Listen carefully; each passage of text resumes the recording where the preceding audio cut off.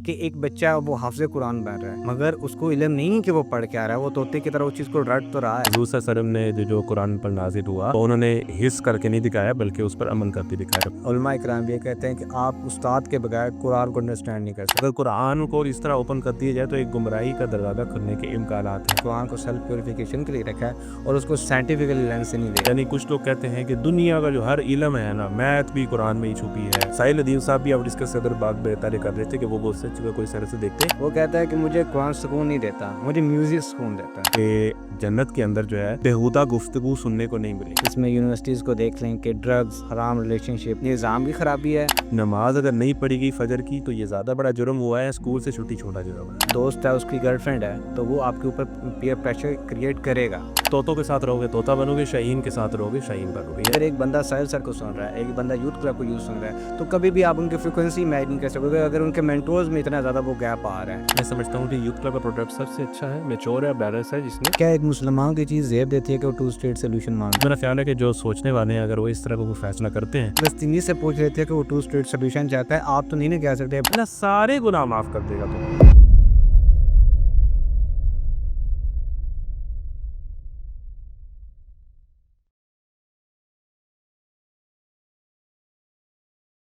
السلام علیکم ورحمۃ اللہ وبرکاتہ۔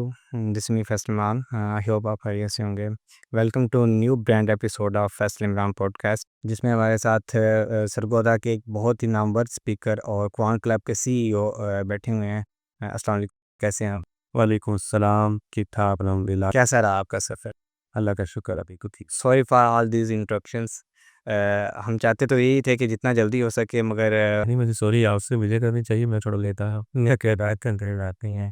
وی آل نو کہ Quran club is one of those Islamic organisation جو قرآن کی تفاسیر اور قرآن انڈرسٹینڈنگ پہ بہت زیادہ فوکس کر رہا ہے اور یوتھ کو اس طرف لانے کے لیے ایک بہت ہی زیادہ مین رول پلے کر رہا ہے۔ تو وی وانٹ ٹو نو کہ جب تک ہم ایک یونائٹ نہیں ہوں گے، جب تک ہم قرآن کو consulted definition of Muslim identity نہیں رکھیں گے، تو میجر چینج کیسے آ سکتا ہے؟ سو بردر، مجھے آپ سے بیسیکلی سوال یہیں سے سٹارٹ کرنا چاہتا ہوں کہ آپ کو قرآن کلب کا بیسیکلی جو پرپس ہے، جو خیال ہے، وہ کہاں سے آیا ہے؟ یو تھنک کہ اب اس چیز کی ضرورت ہے، وہ نیڈ رائٹ ناؤ۔ بالکل ٹھیک ہے۔ سب سے پہلے تو شکریہ آپ نے مجھے بات کرنے کا موقع دیا، پوڈ کاسٹ کے انوائٹ کیا۔ اللہ تعالیٰ آپ کے اس کام میں جو آپ کر رہے ہیں اس میں برکت ہے، آپ کا مقصد جو ہے وہ اور نیتوں کو خالص رکھے۔ سب سے پہلے تو میں جس گھرانے سے ہوں وہ ظاہر ہے کہ ایک دینی گھرانہ ہے، اور میرے والد صاحب نے فہم قرآن کے نام سے جو ہے پورے پاکستان میں بہت بڑے پیمانے پر جو ہے وہ کام کیا، اور ہزاروں کی تعداد میں لوگ ان کے جو ہے وہ دوسرے قرآن میں شریک ہوا سکتے تھے۔ تو بچپن سے ایک انسپریشن یا موٹیویشن تو گھر میں ہی مجھے مل گئی۔ تو اس کے بعد کیونکہ ہمارا تعلق گھرانے کا جماعت اسلامی سے ہے، تو بچپن میں نوجوانی کے اندر، اسٹوڈنٹ لائف کے اندر جو ہے میں اسلامی جمعیت طلبہ کا حصہ رہا۔ وہاں پر بہت ساری ایکٹیویٹیز سے کہہ سکتے ہیں کہ پولیٹیکل ٹریننگ اور اس طرح کی چیزیں بھی میری زندگی کا حصہ رہے۔ اس سارے عرصے میں نے یہ محسوس کیا کہ میرا کچھ رجحان جو ہے وہ قرآن کی طرف ہے، اور جب گفتگو کرنی ہوتی ہے یا پبلک میں ٹاکس کرنی ہوتی ہیں تو دروس قرآن جو ہے وہ میں دے سکتا ہوں، یعنی اس سے میں کمفرٹیبل فیل کرتا ہوں۔ تو چونکہ گھر سے بھی اس طرح کا تھا، والد صاحب کو بھی سنتے تھے، پھر ظاہر ہے کہ اپنے نعمان خان کو، ڈاکٹر صاحب کو سننا شروع کر دیا، تو پھر وہ چیزیں لکھ بھی قرآن پہ لوگوں نے خاص کر کے کام کیا۔ تو پھر اس جمعیت سے فارغ ہونے کے بعد سن 2018 میں مجھے یہ محسوس ہوا کہ ہم پولیٹیکل اور سیکٹیرین یعنی فرقے اور سیاست سے بالا تر ہو کے اگر ہم قرآن سے نوجوانوں کو جوڑیں گے تو یہ ایک گیپ ہے جو سوسائٹی میں ایگزسٹ کرتا ہے۔ کیونکہ میں ایسے جگہوں پہ جب جاتا ہوں تو میں سوال پوچھتا ہوں کہ بھئی آپ لوگوں نے اگر قرآن پڑھنا ہو، آپ نے نہیں ذکر کیا ہے کہ فرقہ واریت والے مسائل ہیں، ہمارا نوجوان مولوی صاحب سے ڈرتا ہے، ان سے دور ہے، ایک گیپ ہے، اس کی وجوہات ہیں یا کیا وجہ ہے کہ وہ قریب نہیں ہو رہا۔ اور اس کے بعد جو دوسرا آپشن ہے وہ فلم ہے، ڈرامہ ہے، سوشل میڈیا ہے، بمبارڈمنٹ ہے، یونیورسٹیز کا ماحول ہے۔ تو یعنی کہ جو اس نے روحانی تربیت لینی ہے اس طرف تو اس کی ویسے ہی نہیں بن رہی، اور دوسری تربیت کرنے والے لوگ ہیں وہ اسے اسی ان طرف لے کے جا رہے ہیں۔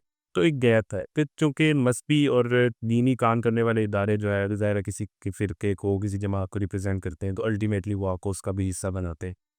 تو نیوٹرل ہو کے کوئی قرآن فہمی کا کام کیا جائے۔ اچھا، اس حوالے سے پاکستان میں ہو رہا ہے تو میں لوگوں سے پوچھتا تھا کہ اگر آپ نے قرآن سمجھنا ہو تو آپ کس کو فالو کرتے ہیں؟ تو میرا خیال ہے کہ اکثر جگہ پہ مجھے، بلکہ زیادہ تر جگہوں پہ یہی جواب ملا ہے کہ ہم ڈاکٹر اسحاق کو سن لیتے ہیں۔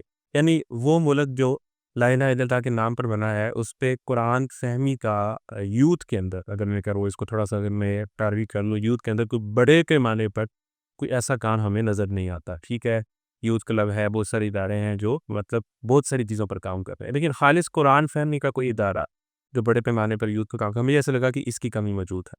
تو اس انیشیٹو کو لیا کہ ہم یوتھ کو ان چیزوں سے بالاتر ہو کے کنیکٹنگ یوتھ ود قرآن، اس عزم کے ساتھ، اس ٹائٹل کے ساتھ ہم کام کریں.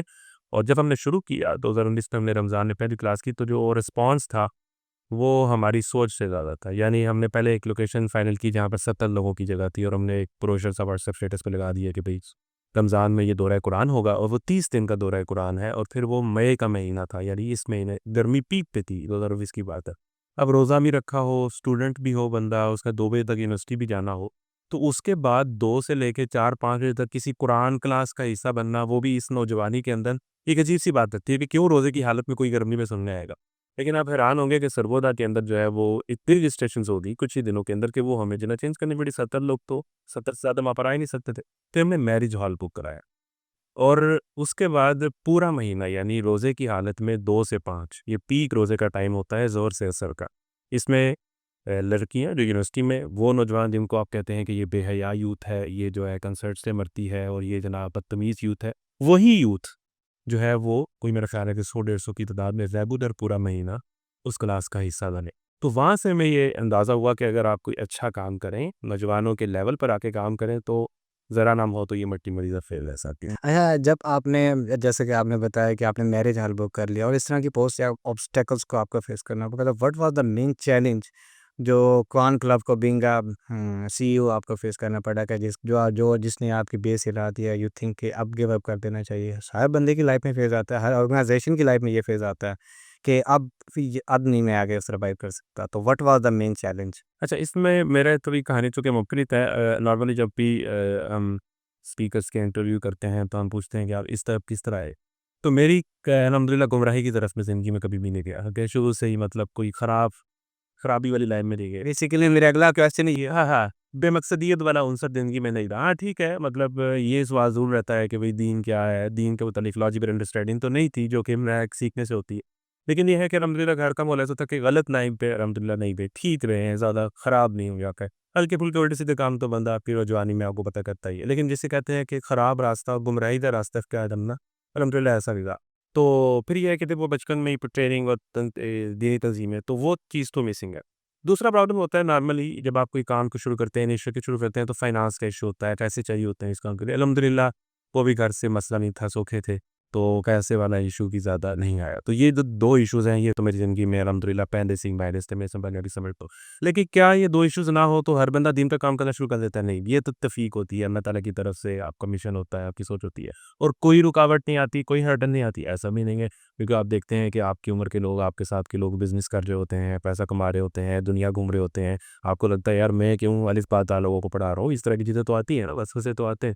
تو وہ ظاہر ہے کہ اس کام میں جتنی عزت اور جتنا مطلب کہنے کہ ذہنی سکون ملا ہے، وہ کسی اور جگہ پہ مطلب اس کا جو ہے نا وہ 1% بھی آپ کو نظر نہیں آتا. یعنی ہر طرح سے جو ایک عافیت ہے وہ ہمیں اس کام میں نظر آئی. اب بات رکاوٹ اور چیلنج کی طرف، ہاں یہ ضرور ہوتا ہے کہ جب آپ سوشل میڈیا پہ اپنی جرنی شروع کرتے ہو، کنٹینٹ بناتے ہو، تو جب آپ دیکھتے ہو کہ ایک ولگر کنٹینٹ بنانے والا آدمی 6 ماہ میں کہاں پہنچا ہے اور آپ 6 سال میں کہاں پہنچے ہو، تو یہ بہرحال ایک ایسی چیز ہے کہ آپ کو شیطان مشیش کرتا ہے، ڈی موٹیویٹ کرتا ہے. اس طرح کے کچھ لوگوں پہ آیا کہ بھئی کر بھی رہے ہیں اور کچھ بہت تیزی سے پروگرس نہیں ہو رہی ہے، بہت سلو ہے. یہ شروع میں آپ کو پتہ ہے کہ سوشل میڈیا پلیٹ فارمز انسان کو اتنا رگڑتے ہیں کریئٹر کو کہ وہ ایک دفعہ تو مایوس ہو ہی جاتا ہے. اس طرح کے کچھ فیزز بعض اوقات آئے، لیکن یہ ہے کہ جب بھی ایسا کوئی فیز آیا تو کوئی نہ کوئی ویڈیو وائرل ہو جانا یا کسی ویڈیو کی ریلیز پڑ جانا، تو وہ ایک ہوپ ہوتی تھی کہ بھئی یہ چیز ہو سکتی ہے. تو اس طرح کے کچھ اپس اینڈ ڈاؤنز رہے. اور دوسرا یہ ہے کہ کام میں آپ کے ساتھ کوئی بہت زیادہ، جس طرح آپ ایک کام کو کرنا چاہتے ہو، کوئی دوسرا بندہ جو آپ کا جگری یار بھی ہو، وہ آپ کے ساتھ اس طرح اس کام کو نہیں کرنا چاہتا، اس کے اپنے مسئلے ہیں. عموماً اس معاملے میں ہم بڑا ہوتے ہیں کہ یار میں یہ کرنا چاہ رہا ہوں تو یہ کرنا چاہ رہا. تو اگر انسان ہمارا نا ہوتا ہے کہ ہمارا ایک مجموعی مزاج ہے کہ ہم دکشی ہو جاتے ہیں، مجھے دنیا نے چھوڑ دیا، میرا کسی نے ساتھ نہیں دیا. دنیا ایسی ہے، آپ دنیا کو اسی طرح ہی سمجھے، آپ کا اپنا کام ہے، آپ نے اپنے آپ کو منوانا ہے، اس کے بعد دنیا آپ کے ساتھ ہو جائے گی.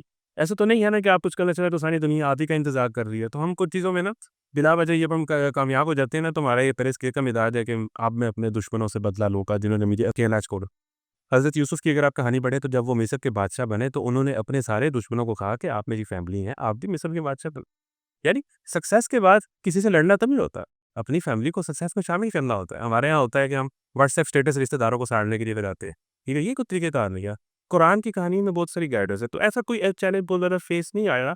البتہ یہ ہے کہ جرنی ہے جس کے کنسسٹینسی چاہیے، جس میں بہرحال 5-7 سال لگتے ہیں، تو وہ کنسسٹینسی، صبر ہونا، مستقل مزاجی ہونا، یہ اگر چیزیں نہیں ہیں تو پھر 1-2 سال بعد آپ کوئٹ کرو گے. آپ نے اس چیز کو تھام کے رکھنا ہے تو الحمدللہ رسپانس آتا ہے. سلو ضرور ہے، یہ چیز بار میں یوز کرتی ہے، میں بار بار ذکر کروں گا کہ جب کوئی ولگر کنٹینٹ یا فضول کنٹینٹ پر آنے والا یا کامیڈی کرنے والا جس سپیڈ سے وائرل ہوتا ہے، یہ ضرور ایک گلہ ہے ہماری نوجوان نسل سے کہ آپ اچھے کریٹرز کو، پازیٹیو کام کرنے والوں کو بھی اسپیس بھی دیں، سپورٹ بھی کریں، اور جو ہے وہ کو دنیا کے سامنے پروموٹ.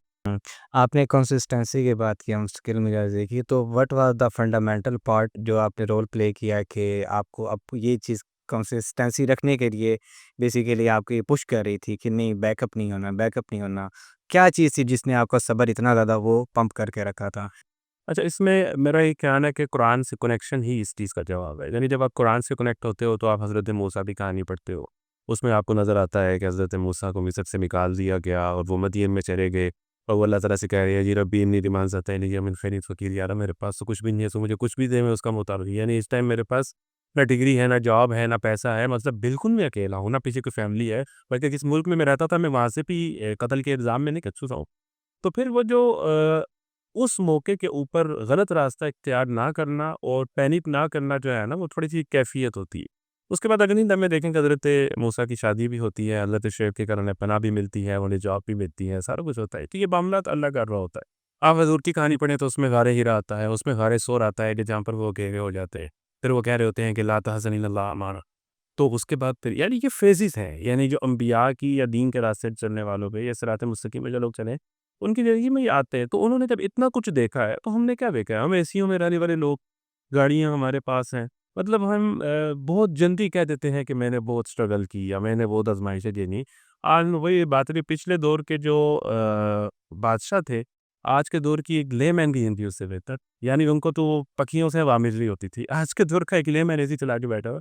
تو شکر کی طرح اگر آپ دیکھیں گے نا کہ آپ کی زندگی میں کیا کیا ہے، تو بہت ساری چیزوں پہ آپ روئیں گے نہیں. پھر ہمارے دکھی سانگز اور یہ جو دکھی ڈرامے ہیں نا، یہ بلا وجہ ہی ہماری ڈپریشن میں اضافہ کرتے ہیں.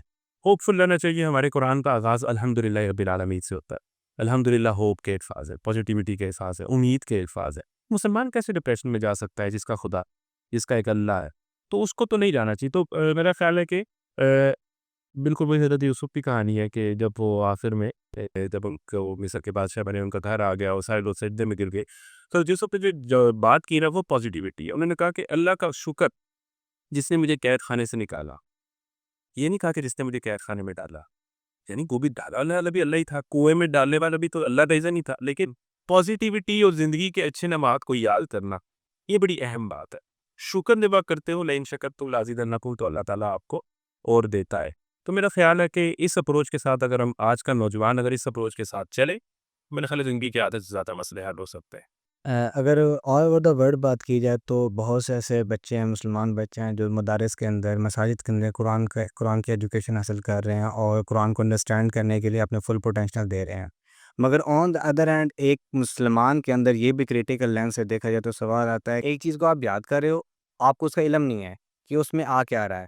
اور بینگ کیونکہ میرے تو بھائی ٹیچر رہے ہیں مدرسے کے اندر، 8 سال انہوں نے پڑھایا ہے، تو میں نے اس چیز کو نا بہت کلوزلی دیکھا ہے کہ ایک بچہ وہ حافظ قرآن بن رہا ہے مگر اس کو علم نہیں کہ وہ پڑھ کے آ رہا ہے، وہ طوطے کی طرح اس چیز کو رٹ تو رہا ہے. تو basically the point here to prominent is that کہ اگر قرآن ہمیں یہ کہتا ہے کہ مجھے یاد کرو، تو قرآن ہمیں یہ نہیں کہتا کہ مجھے سمجھ کے پڑھو، یا پھر اگر ہم سمجھ کے پڑھ بھی لیں تو جب تک ہمیں اس کی ڈیپتھ نہیں سمجھ آئے گی، جب تک ہم اس کو اس کریٹیکل لینس سے نہیں دیکھیں گے، تو ہاؤ کوڈ وی ڈٹرمائن کہ اللہ سبحانہ و تعالیٰ اس میں ہمیں یہ میسج پرووائڈ کرنا چاہ رہے ہیں. اچھا، پہلی بات تو یہ ہے کہ حدیث میں جس طرح قرآن کے حقوق ہیں ہم پر، اس کا تو ظاہر ہے کہ قرآن کو سمجھنا بھی ہے، قرآن کو پڑھنا بھی ہے، قرآن پر عمل بھی کرنا ہے، اور قرآن کی تعلیمات کا نفاذ بھی کرنا ہے. وہ تو سارے اس کے حقوق شامل ہیں. یعنی حضور صلی اللہ علیہ وسلم نے جو قرآن پر نازل ہوا وہ انہوں نے حص کر کے نہیں دکھایا بلکہ اس پر عمل کرتے دکھایا. اب یہ تو شدہ بات ہے کہ اسلام کی جو ایمان ہے وہ کسی چیز کو یاد کرنے یا رٹنے کی نہیں ہے، کرنے تو اچھی بات ہے، بلکہ اس پر عمل کرنے کی ہے. صحابہ ابھی ہم درجے نہ سمجھتے ہیں کہ بھئی جب وہ قرآن کو سمجھنے کی کوشش کرتے تھے تو جب تک سورہ بقرہ کو سالوں سال سمجھتے رہتے تھے، یعنی اس پہ عمل کرنا بھی شروع کرتے تھے۔ اچھا رہی بات حفظ کی، تو ظاہر ہے کہ ہم عربی تو ہیں کوئی نہیں، ایک حفظ کا یہاں وجود ہونا اور اس بہانے ہمارے بچوں کا قرآن سے کنیکشن ہونا، گو کہ ہمارے یہاں بہت ڈفرینٹ سوچوں کے تحت حفظ کرائے جاتے ہیں۔ والدین کو انہوں نے ایک حدیث پڑھی ہوتی ہے کہ قیامت کے دن مجھے تاج پہنایا جائے گا، اس لیے میرے بچے تو حفظ کرانا۔ حالانکہ قیامت کے دن جو تاج جتنے بھی پہنائے جانے ہیں وہ آپ کی پوری زندگی کے مطابق ہے نا جی، سارا پورا توازن ہے، اعمال کو دلہ ہے۔ یا ہم سنتے ہیں جی جو حفظ کر لے گا جی وہ 10 بچوں کی سفارش کرے گا، اس طرح کی ایک ایک باتیں ہم نے سن کے ہم نے اس چیز کو پورا دین سمجھا ہوتا ہے کہ دین ایک پوری لائف سٹائل ہوتا ہے جس کے مطابق آپ کے اعمال دھلیں گے اور آپ کا جزا و سزا ہوگی۔ یہ سب باتیں ہیں، بالکل ہیں۔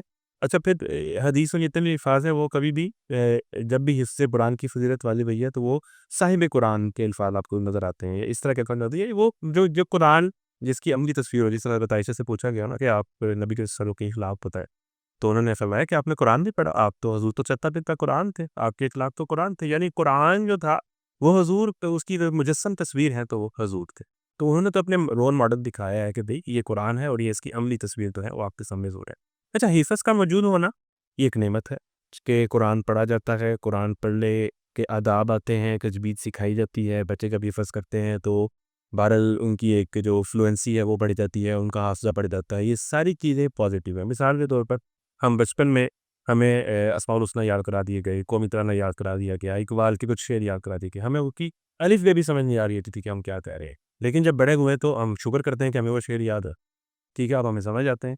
یعنی ایک چیز جب آپ کو یاد ہو اور زندگی کے کسی موقع پہ آپ کو لگے کہ میں اس کو سمجھوں، تو آپ کے 10 کام پہلے ہو چکے ہوں گے، آپ اسے پڑھنا جانتے ہو، آپ اسے سمجھنا، آپ اسے فلوئنسی سے پڑھ سکتے ہو، آپ کی تجوید ٹھیک ہے، آپ نے حفظ کی، اب آپ نے بس اس کو سمجھنا، ٹھیک ہے نا، یعنی 8-9 کام تو آپ کے پہلے ہو گئے، تو اس حوالے سے یہ ایک بلیسنگ بھی ہے کہ ہماری بڑی تعداد جو ہے وہ قرآن کو جانتی ہے یا حفظ کرتی ہے۔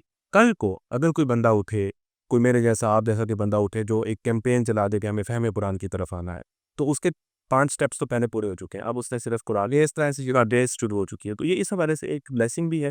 لیکن ایک المیہ کی جب بات کی جائے تو بالکل یہ ہے کہ جس طرح ایک بڑی خوبصورت قرآن میں آیت آتی ہے نا کہ تم نماز نہ پڑھو جب تم نشے میں ہو، وَلَا تَقْرَبُوا الصَّلَاةَ وَأَنْتُمْ سُکَارَىٰ۔ اچھا اس کی جو علت بیان کی وہ یہ ہے کہ یہاں تک کہ تمہیں سمجھ آنے لگے کہ تم جو پڑھ رہے ہو اس کا مطلب کیا، یعنی قرآن نماز میں جو تم پڑھ رہے ہو اگر تمہیں سمجھ ہی نہ آ رہا ہے، ارے تم اللہ تعالیٰ وہی میری بات ہے نا کہ ڈاکٹر سے نسخہ لے کے ہم آئے تو ہم کہیں 2 دوائیاں صبح 2 دوائیاں شام 2 دوائیاں صبح 2 دوائیاں شام، وہ پڑھنے سے تو بیماری دور نہیں ہونے والی، جب تک آپ اس دوا کو جو شفاء لما فی الصدور ہے اس کو پریکٹیکلی آپ نہیں لے کے آؤ گے تو اس کے اثرات ثواب تو ہو جائے گا لیکن اس کے اثرات آپ کی انفرادی اور اجتماعی زندگی میں نہیں آئے گے۔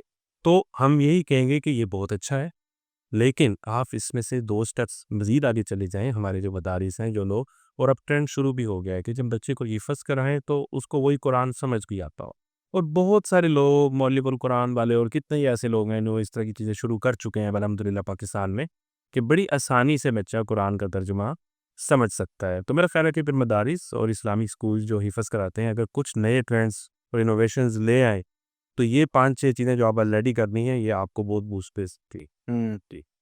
اچھا ایک المیہ یہ بھی ہوتا ہے کہ آپ اگر اسپیسیفکلی لیٹ سے کہ پاکستان کی بات کریں تو یہاں پہ ہمیں نا یہ بہت زیادہ ایکسٹریمزم دیکھنے کو ملتا ہے کہ لوگ علماء کرام یہ کہتے ہیں کہ آپ استاد کے بغیر قرآن کو انڈرسٹینڈ نہیں کر سکتے۔ حالانکہ دیکھا جائے تو قرآن تو اللہ تعالیٰ کی کتاب ہے، اور بہت سے ویسٹ میں ہمیں بہت سی ایسی اگزامپل دیکھنے کو ملتی ہیں جنہوں نے صرف اور صرف قرآن کی ایک آیت کو پونڈر کرنے سے، اس کا سمجھنے سے، اس کا جو پیچھے بیک گراؤنڈ پہ اسٹوری چل رہی ہے، انہوں نے اسلام قبول کر لیا۔ مگر ہمارے اوپر یہ چیز اپلائی کی جاتی ہے کہ آپ استاد کے بغیر پڑھو گے تو آپ گمراہ ہو جائے گے، آپ ڈائریکٹ ہدایت کو حاصل نہیں کر سکتے ہو، یو ہیو مینٹور جو آپ کو اس چیز کو لے کے چاہ رہا ہو۔ تو اس چیز میں کتنی حقیقت ہمیں دیکھنے کو مل سکتی اس میں نا جتنی بھی باتیں ہوتی ہیں نا اس بات کے اندر کوئی نہ کوئی حقیقت ہوتی ہے، یعنی کوئی بندہ اٹھ کے پہ میرے جیسا نوجوان کہہ دے کہ یہ جی علماء نے کیا کیا جی، یہ کہتے ہیں جی قرآن کو خود پڑھو گے تو تم گمراہ ہو جاؤ گے، اصل میں ان کی دکانیں بند ہو جاتی ہیں، اس لیے اتنا نہیں کوئی برا ہوتا، یعنی دنیا کے اندر جو لوگ ہوتے ہیں جو علماء ہوتے ہیں وہ بارہ کچھ چیزیں سوچ سمجھ کے کہہ رہے ہوتے ہیں، یعنی بالکل اگر قرآن کو اس طرح اوپن کر دیا جائے تو ایک گمراہی کا دروازہ کھلنے کے امکانات ہیں، لیکن اس میں دوسری جو پیک ہے کہ بھی قرآن کو ہاتھ ہی نہیں لگانے دینا، یعنی ایکسٹریمزم میں جب ہم چلے جاتے ہیں نا تو وہ بات معاملہ ختم ہو جاتا ہے، کیونکہ اس کے مقابلے پہ آواز اٹھتی ہے وہ چیزوں کو دوسری ایکسٹریم پہ لے جاتا ہے. یعنی ایک بندہ ظلم کر رہا ہے تو اس کے مقابلے پہ جو آتا ہے وہ بھی ظالم ہی ہوتا ہے. یعنی وہ اس ظلم کے خلاف ہوتا ہے، لیکن خود جو وہ کر رہا ہوتا ہے وہ بھی انصاف کی بات سے کر رہا ہوتا ہے. دراصل بیلنس کرنا چاہیے.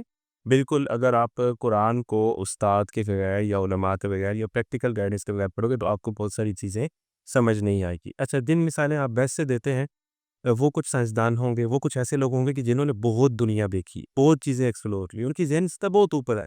پھر انہوں نے جا کے قرآن کی ایک آیت پڑھی اور انہوں نے ان کو پچھلے کئی جو ان کا پرائر نالج تھا اس کے ساتھ جوڑا تو انہیں لگا کہ یہ قرآن نے کمال کر دی. اس کے لیے ایک ذہنی سطح کا ہونا ضروری ہے. اور کچھ مثالیں ہوں گی عام لے مین پاکستان کا یا یورپ کا، وہ قرآن کا ترجمہ پڑھنا شروع کر دے، میرا نہیں خیال کہ اسے بہت زیادہ چیزیں سمجھ آ رہی ہوں گی جب تک وہ سنت سے واقف نہیں ہوگا، سیرت نہیں پڑھی ہوگی، قرآن نبی صلی اللہ علیہ وسلم کی زندگی پہ ہے کس موقع پہ اتری، یعنی اس کی وہ سم انڈرسٹینڈنگ نہیں ہوگی تو بہت ساری چیزوں کو وہ نہیں سمجھ پائے گا. ٹھیک ہے، تو میرا یہ خیال ہے کہ اس پہ میں بیلنس کرنا چاہیے. بالکل دروازہ بند کر دینا اس سے بھی یہ ہوگا کہ آپ لوگ قرآن کی طرف آئیں گے ہی نہیں، کہیں اور چلے جائیں گے. یعنی اوپننیس ہونی چاہیے. مسجد میں اگر کوئی آیا ہے تو مسجد میں دنیا داری کی باتیں کرنا سختی سے منع ہے. بڑی لوٹس مثال ہم نے دیکھی سرگودا میں ایک جگہ لکھا ہوا مسجد میں کہ اس اے سی کی گرلز کو ہلانا نرمی سے منع ہے. سختی سے منع دے. یعنی کیا چیز سے سختی کیوں کرتے؟ نرمی سے منع بھی ہو سکتی ہے تھی. یعنی ہمارے ہاں جو ایک رواج ہے، بالکل جو دوسری چیز ہے کہ ایک بندہ مسجد میں آ گیا ہے، ہماری دشمنی اس سے شروع ہو جاتی ہے کہ اب تمہیں ٹوپی بھی پہننی ہے تب تمہاری نماز ہوگی، اب تم نے شلوار بھی اوپر کرنی ہے تب تمہاری نماز ہوگی، اب تم نے آمین بھی ایسے کہنا ہے. یعنی جب وہ مسجد سے باہر تھا ہماری اس سے کوئی دشمنی نہیں تھی، جو ہی وہ مسجد میں پہنچا تھا ہم نے اس کی نماز درست کرنے کا ٹھیکہ لے لیا. یعنی یہ جو اوپننیس ہے نا کہ ایک بندہ آپ کی طرف آ رہا ہے، آپ دروازے نہ بند چھڑے، آپ لوگوں کو آنے سے. اس چیز پہ اگر آپ اتنا زور دے دیجیے کہ اسلام 360 ایپ بن جائے گی تو آپ اس پہ بھی کہہ دیں گے کہ یہ گمراہی ہے، یہ لوگوں کو گمراہ کر بھی ہے، وہ اپنی بلی سے کوئی بھی حدیث کھول لیتے. یہ بھی ٹھیک نہیں. آپ نے بیلنس کرنا ہے. اور یہ بھی کہ آپ کہہ دیں کہ جناب تم قرآن پڑھ دو تمہیں ہدایت مل جائے گی، تم بس قرآن پڑھو، سب کچھ ساری باتوں کے جواب، ساری سائنسی باتوں کے جواب، تمہارے ہر مسئلے کے جواب اسی کتاب میں تمہیں مل جانا ہے، یہ رویہ بھی ٹھیک نہیں. تو میرا خیال ہے کہ بیلنس اپروچ ضروری ہے. ایک نوجوان جو قرآن سمجھنا چاہتا ہے اس کا علماء سے تعلق ہونا، اساتذہ سے تعلق ہونا اور ایک ڈیپ انڈرسٹینڈنگ کے لیے اسے ایک ضرورت ہے جو کسی بھی سبجیکٹ کو سمجھنے کے لیے آپ کو. اچھا ٹھیک ہے، قرآن ہمیں کیا اسٹینڈرڈ دیتا ہے کہ آپ، یہ بات میں اسی لیے کہہ رہا ہوں کہ پاکستان کے اندر دیکھا جائے تو بہت سے ایسے سو کارڈ اسکالرز ہیں کہ جو بہت زیادہ اس لیول پہ دے کے جا رہے ہیں چیزوں کو، یوتھ کو، کہ جو اسلام میں ہیں ہی نہیں. تو واٹ آر دا اسٹینڈرڈ؟ طرح سرٹن اسٹینڈرڈز آج کل نوجوان خود بھی فالو کرتا ہے. کسی بہت سارے لوگوں کو صرف اس سے فالو نہیں کرتا کہ یار اس کو تو انگلش نہیں آتی، اس کا تو کوئی دنیا کا ایکسپوجر ہی نہیں ہے، یہ تو مدارس سے پلا بڑا ہے. تو وہ خود ہی کچھ چیزیں نوجوانوں کو پتہ ہوتی ہیں کہ یہ بندہ میرے والا نہیں ہے، وہ خود بھی کچھ چیزیں سمجھتا ہے، یعنی کچھ بیسک باتیں ہوتی ہیں. اچھا، ہم نے بس یہ دیکھنا ہے کہ متنازع شخصیت نہ ہو. ایک متنازع شخصیت اس معنی میں کہ ہر بندے کے لیے کوئی بندہ متنازع تو ہے. ہر علماء پہ آپ کو حرام کا فتویٰ ملتے گا کسی دوسرے مسئلہ کا. ڈاکٹر ذاکر نائک کو بھی کچھ لوگ حرام کہہ رہے ہوں گے، کچھ آپس کی لڑائیاں تو ہوتی ہیں. میں نے ایک مجموعی طور پر جس کو امت کسی سطح پر عون کر لی ہے اور وہ کو بہت زیادہ اس کی مطلب چند کے علاوہ کہ اس کی بڑے پیمانے پہ مذمت نہیں کی، تو اس کا تو بہت سارے لوگ ہیں. یعنی آپ نے بس یہ دیکھنا ہے کہ جو علماء دین ہیں ان کا ایکسپوئر جو ورلڈلی نالج ہے اس کا بھی ہے اور مدارس کا بھی ہے، انگلش عربک پر گریپ ہے اور وہ چیزوں کو ریلیٹ کر سکتے ہیں دنیاوی مسائل کے ساتھ. پلس وہ جو جسے آپ کہتے ہیں کہ اجماع امت ہے اسے انحراف نہیں کر رہے، تو پھر آپ کو بہت ساری مثالیں نظر آ جاتی ہیں، بہت ساری چیزیں کلیئر ہو جاتی ہیں کہ آپ ان میں سے کسی کو بھی لے سکتے ہیں. اور ایسے لوگ ہر مسلک میں ہیں. بریلوی مسلک کے اندر آپ کو جو ٹاپ ٹیئر جو لوگ نظر آتے ہیں بہت اچھے ہیں، دیوبند میں بہت اچھے ہیں، اہل حدیث میں بہت اچھے ہیں. ہر مسالک میں آپ کو اس طرح کی نیوٹرل اچھی شخصیات نظر آتی ہیں جن کو آپ فالو کر سکتے ہو، جن کو آپ سمجھ سکتے ہو، جن سے آپ سیکھ سکتے ہو. کوئی ایسا مسئلہ نہیں. اور پھر اگر ہم یوتھ کی بات کریں تو اب تو الحمدللہ کتنے ہی ایسے لوگ ہیں جو یوٹیوب چینل ہیں ان کے اور وہ دورہ قرآن کرا رہے ہیں. ڈاکٹر اسرار کو آپ سن سکتے ہیں، نعمان علی خان کو سن سکتے ہیں. یعنی ایک اگر شخصیت متنازعہ نہیں ہے یا اجماع امت سے اگر وہ کسی اور راستے پر نہیں چل پڑی اور اس کا کام بھی معیاری ہے اور آپ کے دل کو لگ رہا ہے تو میں خیال ہے کہ اس کو کوئی حرج نہیں ہے کوئی بہت زیادہ پلس مائنس کر کے کوئی دور تک تلاش کرنے کی میرا خیال ہے ضرورت نوبت نہیں آئے. اگر ہم ہسٹری کی بات کریں تو جو بھی ہسٹری کے اندر سائنٹسٹ ہمیں دیکھنے کو ملتے ہیں، they are all Muslims. Most of the time they are Muslims. اگر کیمسٹری کی دیکھا جائے، میتھ کو دیکھا جائے اور فزکس کو دیکھا جائے، دے آر مسلمس. اور وہ مسلمان وہ تھے جنہوں نے تابعین، تبع تابعین اور وہاں سے جا کے ان کی چین ملتی ہے. اور سب ہی نے قرآن کو central definition of every research رکھا ہے. اور آج کے ایرا کی بات کی جائے تو جس میں صرف ہم یہ کہہ سکتے ہیں کہ سیلف پیوریفیکیشن کے علاوہ ہم قرآن کو کسی اور لینس سے نہیں دیکھ رہے ہیں. حالانکہ اگر قرآن کو سائنٹیفکلی لینس سے دیکھا جائے تو ہمیں بہت سی ایسی ہڈن ڈائمینشن دیکھنے کو مل سکتی ہیں جو مارول اسٹوڈیو کو سمجھ آ گیا, جو ویسٹ کو سمجھ آ گیا کہ یہ بھی ڈور ویز اوپن ہو سکتے ہیں, یا لیٹ سے کہ ایسی ایسی چیزیں پہ ایگزسٹ کرتی ہیں. مگر بینگ اے مسلمس, ہم مسلمان ہونے کے باوجود بھی ان سے سائنس میں بہت زیادہ پیچھے ہے. اگر دیکھا جائے تو بیس لائن تو ہمارے مسلمانوں نے ہی رکھی تھی, مگر کہاں پہ اتنا زیادہ وہ گیپ آ چکا ہے کہ مسلمان نے صرف اور صرف قرآن کو سیلف پیوریفیکیشن کے لیے رکھا ہے اور اس کو سائنٹیفکلی لینس سے نہیں دیکھ رہا. ارے اس میں تو یہ ہے نا کہ جیسے ہی اسلامی حکومت آئی تو جب وہ ملوکیت کا معاملہ ہوا اور وہ یزید سے آگے سلسلہ چلا تو ہمارے جو ائمہ اربعہ تھے یہ سب لوگ جو ہے انہوں نے دین کو پریزرو کرنے پر کام کرنا شروع کر دیا احادیث جمع کرنے, اور وہ ظاہر ہے کہ اس ٹائم پہ ایک ایسا ضروری کام تھا جو کرنے کا تھا ابھی جب تو ضرورت. اس کے بعد پھر ظاہر ہے کہ حکومت و طاقت اور سیاست ایک اور طرف تھی, اور جو ہمارا دینی طبقہ تھا علماء تھا ان کا جو جدوجہد تھی وہ اور طرف تھی. لیکن جو وہاں سے بریک آیا تھا کہ اسلام کا تخت سے نکل کر کسی ایک دائرے تک محدود ہو جانا, نبی کے وسلم تو یہ عمل کر کے نہیں گئے نا, وہ تو ایک نظام دے گئے ہیں. اس کے بعد وہ کچھ صورتحال اس طرح کی بن گئی کہ ایسا معاملہ ہو گیا, تو اس کی وجہ سے شاید یہ معاملہ ہو گیا ہے کہ جب ایک وقت گزرتا ہے تو جو کچھ جنریشنز گزر جاتی ہیں تو شاید کو یہ لگتا ہے کہ ہمارا کام بس یہ مدرسے کے حد تک ہی ہے, اس کے علاوہ ہم نے کوئی کام نہیں کرنا. دین تو ایک نظام کا بات ہے, یعنی والذی ارسل رسولہ بالہدی ودین الحق لیظہرہ علی الدین کلہ, کے رسول تو آئے اس لیے ہیں ہدایت کے ساتھ کہ تاکہ وہ تمام نظاموں پر, تمام ادیان پر, تمام دنیا پر اس اللہ تعالیٰ کے نظام کو غالب کر دیں اللہ کی خلیفہ کی حیثیت سے. تو یہ تو دین تو ایک مکمل نظام کا نام ہے, یہ ریلیجن تو نہیں ہے. اچھا اس میں بات ہے کہ اس کا سائنسی پہلو, اس میں وہی والی بات ہے کہ ایکسٹریم پوزیشنز ہم بعض اوقات لے سکتے ہیں.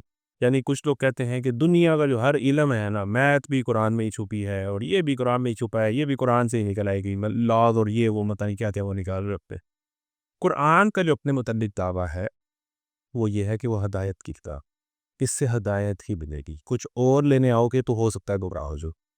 تو اکثر لوگ جب قرآن سے ہدایت کے علاوہ کچھ اور نکالنے کے لیے آتے ہیں تو بہرحال وہ گمراہ ہو جاتے ہیں یا ہونے کا امکان ہوتا ہے, کیونکہ قرآن خود کلیم کر رہا ہے ذالک الکتاب لا ریب فیہ, اس کتاب میں کوئی غلطی نہیں ہے, کوئی نقص نہیں ہے, لیکن ھدی للمتقین اس میں ہدایت ہے, اور ان کے لیے جو نیت رکھتے ہیں ہدایت کی, جو مطلب صحیح اور غلط کی تمیز رکھتے ہیں. تو قرآن پہ کلیم ہدایت ہے, قرآن کے ہر قصے سے آپ کو ہدایت ملے گی. حضرت یوسف کا اگر آپ قصہ پڑھیں گے تو اگر آپ اس پہ رومانس تلاش کرنا چاہیں تو آپ کو وہ تو نہیں ملنے والا, کیونکہ زلیخا والا واقعہ تو بالکل اور میسیج دیتا ہے. اگر آپ نے لو اسٹوری بھی نکال لی ہے وہ تو وہاں سے نہیں نکل, ٹھیک ہے, لیکن اگر آپ نے وہاں سے ہدایت نکالنی ہے تو وہ آپ کو حضرت یوسف کے ایک ایک جملے کے اندر نظر آ رہی ہے, حضرت موسیٰ کے ایک ایک جملے. یعنی قرآن کے اندر سے جو چیز وافر مقدار میں تمہیں ملے گی وہ ہدایت ہے. تو ہم نے یہ پوزیشن مین رکھنی ہے کہ یہ ہدایت کی کتاب ہے, پلس چونکہ یہ اللہ کی کتاب ہے تو اس میں چونکہ گہرائیاں بہت ہیں, وسعتیں بہت ہیں, بہت ساری باتیں ایسی ہیں جن کو سائنس کنفرم کرے گی, لیکن معیار آپ کا قرآن ہونا چاہیے حق کا. یعنی مسلمانوں کو یہ باتیں میں رکھنی چاہیے کہ ہمارا جو دین کی بنیاد ہے وہ غیب ہے. الذین یؤمنون بالغیب, ہم غیب پر ایمان لاتے ہیں. اللہ پر ایمان اللہ نے ہے, رسولوں پر ایمان رسول ہم نے اپنی دیکھے, کتابوں پر ایمان آسمانوں سے اترے نہیں دیکھی, جنت دوزخ پر ایمان نہیں دیکھی. یعنی ہمارا جو بنیاد ہے علم کی وہ غیب ہے, اور سائنس کی بنیاد ہے آبزرویشن, یعنی وہ چیز جو 5 سینسز کے اندر آ جائے. یعنی ہماری کی پوزیشنز ہے نا وہ تھوڑی سی اپوزٹ ہے, اس لیے ہمیں سائنس کی مہر یا سائنس کی اپروول نہیں چاہیے ایک بات کو آپ ماننے کے لیے. یہ رویہ کہ آکسفورڈ سے ریسرچ آ بھی ہے اور وہ قرآن کی اس بات کو کنفرم کرتی ہے تو قرآن حق ہے. نہیں, قرآن حق تھا, حق ہے, حق رہے گا. اگر آپ یہ اصول رکھنے گے تو کل کوئی آکسفورڈ کو ریسرچ آ جائے کوئی اور وہ قرآن سے بالکل اپوزٹ بات کر رہا ہو تو آپ کیا کریں ہو. یعنی اگر ہم سائنسی رویہ اگر لوگوں کو دے دیں کہ سائنس بھی اس کو کنفرم کرنی ہے, اس کے قرآن حق ہے, نہیں, قرآن حق ہے, حق تھا. سائنس نے بھی اس کی بہت ساری باتوں کو کنفرم کیا ہے, یہ اس بات کی مزید دلیل ہے, لیکن قرآن سائنس سے مہر لگوانے کا محتاج نہیں ہے. ہمیں سائنس کی مہر نہیں چاہیے. ساحل ندیم صاحب بھی اب ڈسکس اگر بات بہتر کر رہے تھے کہ وہ بہت سے چیزیں کوئی سائنس سے دیکھتے ہیں. ساحل ندیم صاحب بھی میں نے کچھ باتیں سنی ہے کہ انہوں نے بھی یہ بات کی ہے کہ سائنس سے ہمیں مہر لگوانے کی ضرورت نہیں. یہ انہوں نے بات کی اور یہ اچھی بات ہے. یعنی جب بھی اگر آپ نے اس محاذ پہ یا اس جہت میں کام کرنا ہے, اچھی بات ہے کہ نئے ٹرینڈز کو دیکھنا ہوتا ہے. اس طرح قرآن عربی میں نازل ہوا تو اس دور میں شاعری اور ادب کا بڑا دور تھا, تو اس کے مقابلے پہ ایک ماسٹر پیس آیا جو اللہ تعالیٰ کی طرف سے تھا. حضرت موسیٰ کے دور میں جادو تھا تو اس کے مقابلے میں جادو سے بڑے معجزات ملے. حضرت عیسیٰ کے دور میں میڈیکل سائنسز تھیں تو حضرت عیسیٰ کوڑی کو زندہ کر دیتے تھے, میں اچھا کر دیتے تھے. تو اس کے مقابل مد مقابل چیزیں ہیں. اگر آج سائنس کا دور ہے تو سائنس میں ہمیں ان سے آگے ہونا چاہیے، ان سے بڑھ کر ہونا چاہیے، لیکن حق کا معیار کبھی سائنس نہیں ہے۔ ہم نے جو ہے وہ بہت ساری چیزوں کو انڈرسٹینڈ کر سکتے ہیں لاجک کی روشنی میں، سائنس کی روشنی میں، لیکن پھر اگر آپ معجزات سے پھر آپ جنت کو دیکھیں، بہت سی چیزوں کو آپ ثابت کر لیں گے، جنت کو کیسے ثابت کریں گے؟ وہ بھی تو قرآن میں آ رہی ہے نا، اس حور کو یا اس دودھ کی نہر کو یا شراب کی نہر کو یا جو ہے وہ آپ خواہش کرو گے وہ چیز، یا کن فیکون کو، بہت ساری چیزیں ہیں کہ پھر آپ جب اس اسٹینڈرڈ پہ لائیں گے تو پھر آپ گمراہی ہوگے۔ پھر قرآن سے بہت ساری چیزیں ہو سکتا ہے آپ آج، ہو سکتا ہے کل ہو جائیں، ہو سکتا ہے کل نہ ہو، نہیں ہم نے اس کو معیار نہیں بنانا۔ اگر ہو سکتا ہے کوئی ایسی بات ہے کہ وہ سائنس اگلے دن اگر سائنس نے کہہ دیا کہ دنیا گھوم رہی ہے، اگلے دن سائنس کہہ دیا کہ نہیں گھوم رہی، تو پھر سارے لوگ کہیں کہ بھی اب تو قرآن غلط ہو گیا، تو معیار نہیں ہوگا کبھی بھی۔ یہ ہم نے پوزیشن اپنی ٹھیک رکھنی ہے۔ اس کے بعد ہم نے قرآن اس سے بالکل نہیں روکتا۔ قرآن تو افلا تعقلون کی بات کرتا ہے، افلا یتدبرون کی بات کرتا ہے، افلا یتفکرون ان فی خلق السماوات والارض، کہ تم اس ساری دنیا کے اندر، آسمان کی تخلیق کے اندر غور کیوں نہیں کرتے؟ یعنی قرآن کا تو مطالبہ ہی فتبینوا کا ہے، تحقیق کا ہے، تدبر کا ہے، غور و فکر ہے۔ اب وہ ہدایت کا ذریعہ بتاتا ہے ان چیزوں کو۔ حضرت ابراہیم حضرت اللہ تعالیٰ سے کہتے ہیں کہ یا اللہ تو مردوں کو کیسے زندہ کرتا ہے، اور اللہ تعالیٰ فرماتے ہیں کہ کیا تجھے یقین نہیں ہے؟ حضرت ابراہیم فرماتے ہیں مجھے کل پہ تو نہ چاہیے، یقین تو مجھے ہے۔ یعنی یہ پوزیشن، یعنی میں اگر تم یہ نہیں بھی دکھائے گا تو میرا یقین ہے کہ تو زندہ کرتا ہے، لیکن ولاکن لیت میں کل بھی مجھے ٹلتا۔ تو پھر انہوں نے سورج کو خدا مانا، یہ جو ان کی جتنی ہے، چاند کو خدا مانا۔ پھر جب سب ڈوب گیا تو انہوں نے کہا کہ میں تو ایک خدا کو مانتا ہوں جو ان سب کا خدا ہے۔ تو غور و فکر کی جرنی تو انبیاء نے کی ہے، غور و فکر کیا، تدبر کیا ہے، معاشرے کو کویسچن کیا ہے، بت پرستی کو کویسچن کیا ہے، لاجک سے بات کی ہے۔ جتنی بحثیں ہیں فرعون اور موسیٰ کی یا ابراہیم اور نمرود کی، اس میں یہی ہے کہ کیا تم عقل سے کام نہیں کرتے؟ کیا تم ان کو خدا کیسے کہتے ہو؟ یعنی لاجک کی بات ہو رہی ہے۔ اللہ تعالیٰ جب سورہ یاسین کے اندر آتا ہے کہ جب وہ مجرموں کو جہنم میں ڈالے گا تو انہیں یہی کہے گا کہ کیا تم میں عقل نہیں تھی؟ یعنی ہدایت، اگر تم میں عقل کو، یعنی لاجک کا درست استعمال آپ کو ہدایت تک لے کے جائے گا۔ تو غور و فکر کرنا، ایکسپلور کرنا اور چیزوں کو مختلف اینگل سے دیکھنا، اس پہ قرآن کا پابندی نہیں لگاتا۔ ان راہوں کو قرآن کھولتا ہے اور کہتا ہے کہ فانتشروا فی الارض، پھیلو، سیر کرو، عبرت کی نگاہ ہونی چاہیے، لیکن پوزیشن نہیں بدلنی۔ ہم نے دنیا کو قرآن کے سٹینڈرڈ پہ پرکھنا ہے، قرآن کو دنیا کے سٹینڈرڈ پہ لا کے پرکھنا نہیں ہے۔ تو یہ پوزیشن اگر درست ہو جائے تو میرا خیال ہے ہم بہت ساری ترقیاں اس اپروچ کے ساتھ بھی کر سکتے ہیں۔ امام غزالی کی ایک بک میں نا انہوں نے ایک حدیث کوٹ کی جس میں حضرت عائشہ نبی علیہ السلام سے پوچھتی ہیں کہ دنیا کی بہتری کس چیز میں ہے، دنیا کی جو ہمیں بہتری کیسے مل سکتی ہے؟ وہ کہتے ہیں کہ عقل کی بنا پر۔ اس کے بعد وہ کہتی ہیں کہ آپ جو آخرت ہے، آخرت میں بہتری کس بنا پر مل سکتی ہے؟ وہ فرماتے ہیں کہ عقل کی بنا پر۔ اور حضرت عائشہ فرماتی ہیں کہ یا رسول اللہ، اگر عقل کی بنا پہ ملتی ہے تو اعمال کیا ہیں؟ تو نبی علیہ السلام فرماتے ہیں کہ اعمال کا دار و مدار ہی آپ کی عقل پہ ہوتا ہے۔ تو قرآن ہمیں بیسیکلی کیا پرووائڈ کرتا ہے ڈیفینیشن آف عقل کے؟ جو انٹلیکچولیزم ہے یا انٹلیکٹ ہے، اس کی کیا ڈیفینیشن ہمیں ملتی ہے؟ سر قرآن اگر اس چیز سے بات کرتا ہے تو جن لوگوں نے بھی قرآن کا انکار کیا ہے یا نبیوں کا انکار کیا ہے، تو قرآن نے ان کو کہا ہے کہ یہ اندھے ہیں، یہ بہرے ہیں، یہ گونگے، ٹھیک ہے نا؟ ان کے دل ہیں مگر اس سے سوچتے نہیں ہیں، ان کے دل سخت ہو گئے ہیں، میں کہ سختی میں تتر سے بھی زیادہ بڑھ گئے، ٹھیک ہے نا؟ یہ واضح ہے کہ یعنی یہ سوچتے نہیں ہیں، یہ عقل سے کام نہیں، یعنی کوئی بغض ہے، کوئی تعصب ہے، کوئی ہٹ درمی ہے، کوئی خواہشات نفس کی پیروی ہے جو انہیں عقل کا درست استعمال نہیں کرنے دیتی۔ کیونکہ جتنے مخالفین انبیاء کے آئے ہیں انہیں بات تو سمجھ رہی تھی، انہوں نے ان کی باتوں کو سادی بات ہے، حضور کو سب نے کہا تھا آپ صادق اور امین ہیں، لیکن جب زد پڑتی ہے قبائلی تعصب پہ یا خواہشات نفس پہ یا سرداریوں پہ تو انسان کی عقل ماری جاتی ہے، جس کا قرآن بار بار ذکر کرتا ہے کہ یہ ان کے پاس دل ہیں مگر اسے سوچتے نہیں ہیں۔ تو اتنی بات تو قرآن کرتا ہے، یعنی قرآن میں جو دلائل دیے ہیں وہ کسی بھی ذی شعور انسان کے لیے کافی ہیں ایک خدا تک پہنچنے کے لیے۔ یعنی ایک سمپل سی بات ہے نا کہ اگر کسی کو اگلی زندگی سمجھ نہیں آتی، مرنے کے بعد ہی زندگی ہوگی، جو کفار کہتے تھے ان ھذا الا اساطیر الاولین، کہ یہ تو پرانے وقتوں کی کہانیاں ہیں، اور کیا ہم ہڈیوں کا بنجر ہو جائیں گے تو پھر ہم دوبارہ زندہ کیے جائیں گے؟ یہ سوالات بیان کیے کہ لائف آفٹر ڈیتھ کا کیا کنسیپٹ ہے؟ تو اس میں ایک سمپل سی بات ہے کہ جس کو اگلی زندگی نہیں سمجھ آتی، کیا اس کو یہ زندگی سمجھ آ گئی؟ کیا اس کو اپنی پہلی زندگی سمجھ آ دی ہے کہ یہ میں جو میری آنکھیں ہیں، جس کو جان ہے، میں آ گیا ہوں؟ یعنی تم نے اپنی آنکھوں کے سامنے پہلی زندگی کو دیکھ رہے ہو، تو جب تم پہلی زندگی کو دیکھ رہے ہو تو تمہیں جس نے دی ہے، کیا وہ تمہیں اسی طرح کی دوسری زندگی دینے پہ قادر نہیں ہے؟ یا تو اس نے دی نہ ہوتی، یعنی تمہارے سامنے دیکھنے کے لیے کچھ نہ ہوتا۔ تم نے اس لائف کو دیکھا ہے، ایکسپیرینس کیا ہے، تم نے اپنی آنکھوں کے سامنے بچوں کو پیدا ہوتے دیکھا ہے، مرتے دیکھا ہے، ان کی آوازیں دیکھی ہیں، ان کی انڈرسٹینڈنگ دیکھی ہے۔ تو کیسے کوئی انسان کہہ سکتا ہے کہ جس نے یہ سارا نظام بنایا ہے وہ اسی طرح کا دوسرا نظام بنانے پہ قادر نہیں ہے؟ تو قرآن وہی ریسور کہ تم کائنات پر، کائنات کے نظام پر، بادلوں سے پانی کے برسنے پر، زمین سے بخارات پر برسنے پر، زمینوں پر گرنے پر، مردہ زمینوں کے زندہ ہو جانے پر غور نہیں کرتے؟ کیا یہ چیزیں کافی نہیں ہیں تمہیں اس خدا کے وجود کے لیے کہ کوئی تو ہے کہ جو نظام ہستی چلا رہا ہے؟ تو یعنی قرآن نے جو چیزیں ظاہر کی ہیں ان کو اگر صحیح معنوں میں، قرآن نے یہی تو بولے، اگر آپ صحیح معنوں میں کسی بغض اور تعصب کے بغیر ان پہ غور و فکر کرو گے تو تم اس نتیجے پہ پہنچو گے کہ کوئی تو ہے جو نظام ہستی چلا رہا۔ لیٹس سے کہ اگر آپ کے پاس ایک ایتھیسٹ آتا ہے جو خدا کا انکار ہے، اور وہ یہ آپ سے کویشچن کرتا ہے کہ میں بلیو ان گاڈ نہیں رکھتا، میں اللہ پہ یقین نہیں رکھتا، تو آپ اس کو یہ کس طرح وہ کروائیں گے کہ جس نے تمہیں بنایا اس پہ غور و فکر کرو، یہ جو اتنی تدبر کرو؟ وہ تو ان چیزوں کو مانتے ہی نہیں ہے، تو ہمارے پاس پھر کیا روڈ میپ ہوگا کہ اس کو یہ کیسے بینگ اے مسلم ہم یہ ریئلائز کروائیں؟ کہ دو چیزیں ہیں جس پہ آپ اتفاق کرو گے کہ آپ کا اس پہ کوئی ابتعاد نہیں ہے، یعنی آپ اپنی پیدائش کے متعلق اس بات سے ایگری کرو گے، اس کے لیے آپ کا مسلمان ہونا ضروری نہیں ہے کہ یہ میری مرضی سے نہیں ہوئی۔ یعنی اگر آپ 96 میں پیدا ہوئے ہو یا 2002 میں پیدا ہوئے ہو تو آپ چاہتے کہ 1857 میں پیدا ہو تو آپ نہیں ہو سکے، یا اگر آپ چاہتے کہ میں لندن یا نیو یارک میں پیدا ہو جاتا، میں پاکستان میں اتنا ذلیل ہو رہا ہوں، تو آپ کی چاہت سے تو نہیں ہوا۔ یعنی جگہ، وقت اور پلیس جہاں پر آپ پیدا ہوئے ہو، پیدائش آپ کے اختیار میں نہیں ہے، ہر بندہ اس سے اتفاق کرے گا۔ دوسری چیز ہے کہ یہ جو موت ہے یہ آپ کے اختیار میں نہیں، یعنی اگر آپ نہ مرنا چاہو تو آپ نے پھر بھی مرنا ہے، ٹھیک ہے نا؟ یہ موت آپ میں، یہ ہر ایتھیسٹ بھی مانے گا کہ لیونگ آرگنزم جو ہیں ان کو death is an ultimate reality. تو دو چیزیں جس پہ آپ اتفاق کرتے ہو کہ آپ کی بگننگ بھی آپ کے اختیار میں نہیں ہے اور آپ کا اینڈ بھی آپ کے اختیار میں نہیں ہے، تو درمیان میں آپ کا کیا اختیار؟ یعنی آپ اتنے بے بس ہو کہ آپ کا سٹارٹ آپ کے اختیار میں نہیں ہے اور آپ کا اینڈ آپ کے اختیار میں نہیں ہے، تو تلاش کرو کہ یہ سٹارٹ اور اینڈ آپ کو کس نے دیا ہے، پھر وہ جو آپ کو باتیں بتاتا ہے آپ اس کو مان۔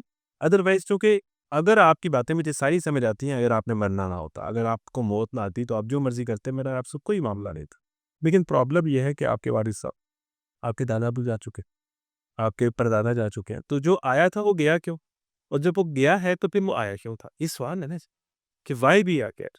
تو جب آپ کے سامنے دو بیسک چیزیں آپ کے اختیار میں نہیں ہے اور ان چیزوں کو ماننے کے لیے آپ کا ایمان لانا ضروری نہیں ہے، تو پھر یہ بہت بڑا کویسچن ہے کہ پھر یہ درمیان لینے کیوں اور اس میں میرا کیا اختیار ہے؟ پھر جب کنسیپٹ آف مورالٹی یا کنسیپٹ آف وزڈم کا سوال آتا ہے تو پھر دنیا کے لوگ اس کا جواب دیتے ہیں۔ ایک جواب دیتے ہیں انبیاء، ایک جواب دیتے ہیں فلاسفرز، ایک جواب دیتے ہیں جو ایک عام دنیا ہے۔ تو ان چار جوابوں کے جو مختلف وقتوں میں اس سوال کا لوگوں نے دیے ہیں، ان میں سے جو ایک گروپ ہے انبیاء کا، اگر آپ چیک کریں کہ سب سے زیادہ ریلیونسی اور سب سے زیادہ باتوں کے اندر جو کہہ سکتے ہیں کہ سملیرٹی جس گروپ کے اندر ہے وہ ایک ہی گروپ ہے، اور وہ ہے انبیاء کا۔ یعنی ہر انبیاء نے یہ کہا کہ انی لکم رسول امین، میں تمہاری طرف خود رسول بنا کے بھیجا گیا ہوں، میں تمہیں اپنی طرف نہیں بلاتا، میں تمہیں اللہ کی طرف بلاتا ہوں جس نے تمہیں زندگی اور موت دی ہے، اور میں حساب کیونکہ پیسے نہیں دے رہا، دار اسلکم علیہ اجر، میں کوئی اجر تو نہیں مانگ رہا۔ تو ہم نے یہ دیکھا کہ دنیا کے اندر 1,24,000 لوگوں کا ایک ایسا گروپ آیا ہے، مختلف وقتوں میں، مختلف زبانوں میں، مختلف ایریاز میں، اور ان کا آپس میں کوئی رشتہ نہیں تھا کہ میرے چاچوں نے یہ بات کی ہے تو میں بھی یہ بات کر دوں۔ مختلف زبانوں اور مختلف اوقات میں سب نے سیم بات کی کہ میں تمہاری طرف اللہ کا رسول بنا کے بھیجا گیا ہوں، اور پھر ان سب میں سے 1,24,000 میں سے کسی نے یو ٹرن نہیں دیا۔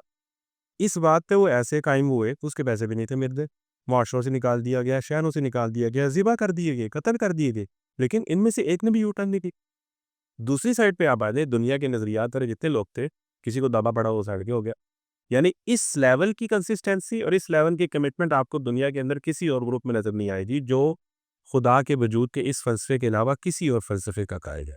تو جب آپ کو ایک پوری لیگیسی نظر آتی ہے کہ ایک ہی طرح کے واقعات اور ایک ہی طرح کی کنسسٹنسی، پھر آپ اخلاقیات میں اگر ان کو تولنے ہیں تو یہ لوگ جو ہے صبر کرنے والے تھے، دیانتدار تھے، بے حیا نہیں تھے، شرابی نہیں تھے۔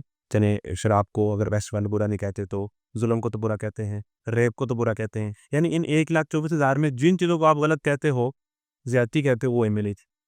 تو اخلاقی سٹینڈ میں باقی آپ شعراء کو پڑھو تو وہ دن کے اندر شاید نماز پڑھتے تھے، رات کو شراب پیتے تھے۔ یعنی اخلاقی سٹینڈرڈ جو باقی لوگوں کے ہیں وہ تو ادھر سے نہیں ہیں۔ تو پھر ہمارے سامنے ایک ہی آپشن آتا ہے کہ اگر اس دنیا کا کوئی مقصد ہے اور زندگی اور موت میرے اختیار میں نہیں ہے، تو میں دیکھوں کہ لوگوں نے اس کا کیا جواب دیا ہے، اور وہ جو لوگ اس کا جواب دے رہے ہیں ان کی حالتیں کیسی۔ تو پھر میرے سامنے ایک گروپ ہے جو مجھے بڑے ڈسٹنس کے ساتھ پاؤں پہ نظر آئے گا، ایک لیگیسی کے ساتھ، ایک معیار کے ساتھ، اور ایک کنسسٹنسی کے ساتھ۔ تو میں ون ون سچویشن ہے کہ اس گروپ کی مان لوں، کیونکہ میں نے مت جانا ہے۔ مرنے کے بعد اگر قبر کا عذاب نہ ہوا تو تب بھی میری زندگی مشکل نہیں ہے، اور اگر ہو گیا تو میں تیاری کر کے گیا ہوں۔ ماشاء اللہ، ویری مچ تھاٹ پرووکنگ. آپ نے تزکیہ کی بات کی، لیٹ سے کہ اگر ہم ایتھیزم کی طرح جائیں، وہ بہت ایک پرائم لیول کی چیزیں بن جاتی ہے، ایکسٹریمزم بن جاتا ہے. اگر ایک یوتھ ہے وہ کہتا ہے کہ مجھے قرآن ریپلس کرتا ہے، قرآن سکون نہیں دیتا، مجھے میوزک سکون دیتا ہے، تو how could you define that کہ وہ کس وے میں جا کے اس چیز کو اپروچ کر رہا ہے؟ اچھا، سکون کی ڈیفینیشن کرنی پڑے گی کہ اچھا قرآن جو ہے تطمئن القلوب، اس میں ہم بعض اوقات ہم نا یہ سمجھ رہے ہوتے ہیں کہ میری جو تھوڑا سا ذہنی سکون چاہیے نا، اسٹریس میں نے دور کرنی ہے، تو وہ میں شاید قرآن پڑھنے کو سے دور ہو جائے گی. دیکھیں قرآن آپ کو جو لائف سٹائل دیتا ہے وہ آپ کے اندر سے خوف، فیس کو اور ساروز کو ختم کر دیتا ہے. الا ان اولیاء اللہ لا خوف علیہم ولا هم يحزنون، کہ اللہ کے نیک لوگوں کو نہ خوف ہوتا ہے نہ غم ہوتا ہے. اسٹریس، ڈپریشن، مسائل، دکھ، ان سب کی بنیاد خوف اور غم ہے.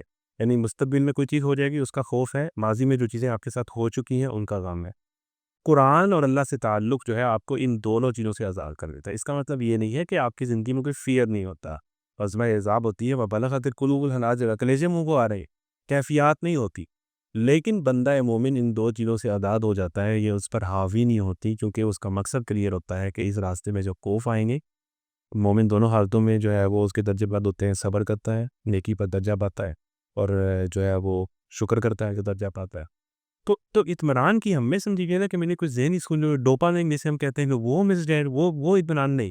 قرآن کا لائف سٹائل، قرآن کی زندگی آپ کی مینٹلٹی اور اپروچ زندگی کو لے کے اس طرح کر دیتی ہے کہ ان الذین قالوا ربنا اللہ ثم استقاموا تتنزل علیہم الملائکہ، کہ آپ پہ فرشتے اترتے ہیں اور آپ کو ایک عجیب طرح کا سکون ہوتا ہے کہ اللہ تخافوا ولا تحزنوا، کہ آپ کو کوئی خوف ہو کہ غم نہیں رہتا، باس کی بات ماننے یا نہ ماننے کا، معاشرہ کیا کہے گا، لوگ کیا کہیں گے، دوست کیا کہیں گے، یہ سارے فیئرس ہیں. ٹھیک ہے نا، میں سوسائٹی میں آؤٹ ڈیٹ ہو جاؤں گا، مجھے لوگ سائیکلائن کر لیں گے، یہ سارے فیئرز ہیں آپ کے. جب آپ ان چیزوں سے بالاتر ہو جاؤ گے کہ میں جو کر رہا ہوں میں نے اللہ کو پیش ہونا ہے، اللہ کو راضی کرنا ہے، تو آپ ان چیزوں کو بادر نہیں کرو گے، آپ کی پرواہ نہیں رہے گی. تو اس اینگل سے زندگی واقعتاً سکون میں آتی ہے. جیسے آپ پلیئر کہتے ہو یا وقتی لذت کہتے ہو، تو وقتی لذت ہر کچھ عرصے بعد بدل جاتی ہے. آپ کو بچپن میں کھلونوں سے لذت بھیجتی تھی، اب آپ کے سامنے میں ڈنکی کار رکھوں تو آپ مائنڈ کر سکتے کہ آپ مطلب مجھے بچہ سمجھتے، لیکن آج سے 20 سال پہلے آپ کے لیے وہ سب سے بڑی چیز تھی. ٹھیک ہے، اس عمر کے اندر ہمیں عورت بڑی پسند آتی، ٹھیک ہے نا، لیکن جب انسان بزرگ ہو جائے تو شاید اس کے لیے جو ہے وہ کوئی ایسا پارٹنر جو اس کو کنسول کر سکے، جو اس سے دل کی باتیں کر سکے، شاید اسے اسی کی ذرا ضرورت ہو. پھر ایک عمر آتی ہے، اس طرح شیکسپیئر بھی فیزز آف لائف کی بات کرتا ہے کہ انسان کے لیے پیسہ سب کچھ ہوتا ہے، وہ کہتا ہے پیسہ کماؤ، پریکٹیکل لائف پیسہ کماؤ. تو یہ فیزز ہو، ٹھیک ہے نا، اور ان کے ساتھ کچھ پلیئرز جڑے ہیں جو آپ کو وقتی لذت دیتے ہیں، وقتی مدد دیتے ہیں. کس نے گانا سن کے جو ہے وہ کوئی جو ہے وہ در خیبر اکھاڑا ہے؟ کس نے جو ہے وہ کوئی جو ہے وہ نور جہاں کا کوئی سانگ سن کے جو ہے وہ دشمن کو جو ہے وہ اس کا تو نہیں ہوتا نا یار، کو بڑا تھا ہم تو انسان کسی سے کوئی مستقل کنسسٹنٹ لمبی جرنی تو ان چھوٹی چھوٹی چیزوں سے موٹیویٹ ہو کے انسان نہیں کر سکتا. پلیئرز ہیں جس کو یوتھ تلاش کرتی ہے اور اس میں ایک میوزک ہے، تو آپ نے ایک عمل کو ایسوسیٹ کر دیا گھنٹی سے. ویسے بھی آپ اسے کھانا دیں گے تو وہ کھائے گا، لیکن اگر آپ اس کھانا دینے سے پہلے 2 منٹ پہلے گھنٹی میں جائیں گے نا، جس طرح وہ ٹینک دینے والی آتی ہے، ٹینک کی گھنٹی سے سارے بچے بھاگ کے وہ جو کھیل جاتے ہیں وہ ٹینک بھی نہیں آ جاتے. جس طرح اسکول میں ہم گھنٹی بجاتے ہیں تو بچے کہتے ہیں چھٹی ہوگی، تو آپ نے ایک آواز کو، ایک ٹریگر کو ایسوسیٹ کر دیا ایک عمل کے ساتھ، وہ پھر آپ اس طرح کے ہو گئے ہو. یعنی ایک بندہ ہر ٹائم اگر گندی باتیں کرتا رہے گا، بیہودہ گفتگو کرتا رہے گا، فحش اور لچر اور ڈبل میننگ جوکس مارتا رہے گا، تو اسے صرف اس کامیڈی میں مزہ آئے گا، اسے پیاری اور حسن مذاق والی کامیڈی میں مزہ لے گا. وہ کہے گا یہ کیا کامیڈی، آپ نے ایسوسیٹ کر دیا. آپ نے اپنا کافی کا ٹیسٹ ڈیولپ کرنا پڑتا ہے نا، بہت سارے لوگوں کو کافی پسند نہیں آتی. سر ٹیسٹ، نیکی کا ٹیسٹ ڈیولپ کرنا ہوتا ہے، اچھائی کا ٹیسٹ ڈیولپ کرنا ہوتا ہے. یہ ایک ایسی چیزیں ہیں کہ جس کے اوپر آپ نے اپنے آپ کو، آپ نے اپنے دین کو اس شریعت کے تابع کرنا ہے جو حضور لے کے آیا. آپ نے وہ یہ نا جس طرح خیال اپنا، پسند اپنی، مزاج اپنا، کمال کیا ہے، جو یار چاہے وہ حال اپنا بنا کے رکھ لو، کما دیے. اصل بات یہ ہے کہ جو چیز آپ سے ہیومانٹی کا رہی تو ہم ایسوسیٹ کر لیتے ہیں. ایک چیز ایک بندے کو ہو سکتا ہے کہ ایک بندہ اس پوزیشن میں آ جائے کہ اس کو میوزک موٹیویٹ کرتا ہو سکتا ہے کہ بندہ اگر اپنے آپ کو اس پوزیشن سے نائبہ کرنا چاہے تو اسے میوزک موٹیویٹ نہ کرتا ہو، کہ قرآن میں آتا ہے کہ جنت کے اندر جو ہے بیہودہ گفتگو سننے کو نہیں ملے گی. اٹ مینس کہ مومن سننا ہی نہیں چاہتا بیہودہ گفتگو. ایک اور بندہ ہو سکتا ہے کہ جسے گندی بات کرنے کا مزہ آتا ہے، لیکن بیائی ایک بندہ ایٹ اے ٹائم ایسا بھی ہو سکتا ہے کہ جسے گندی بات سننے سے کراہت ہوتی ہے، جسے سگریٹ کے دھوئیں سے کراہت ہوتی ہے، ایک کو نہیں ہوتی. تو آپ نے ایسوسیٹ کر لیا کچھ چیزوں سے اپنے آپ کو. اگر آپ اس کو قرآن سے، ہم نے دیکھا ہے کہ قرآن پڑھ کے لوگوں نے جو ہے وہ بدر میں اترے ہیں، آیات پڑھ کے لوگوں نے گردنیں کٹوائی ہیں. یعنی آپ نے اپنی موٹیویشن ایسوسیٹ کر لی تلاوت کے ساتھ. نعت پڑھتے ہوئے میں نے لوگوں کو آنسو بہاتے دیکھا تھا.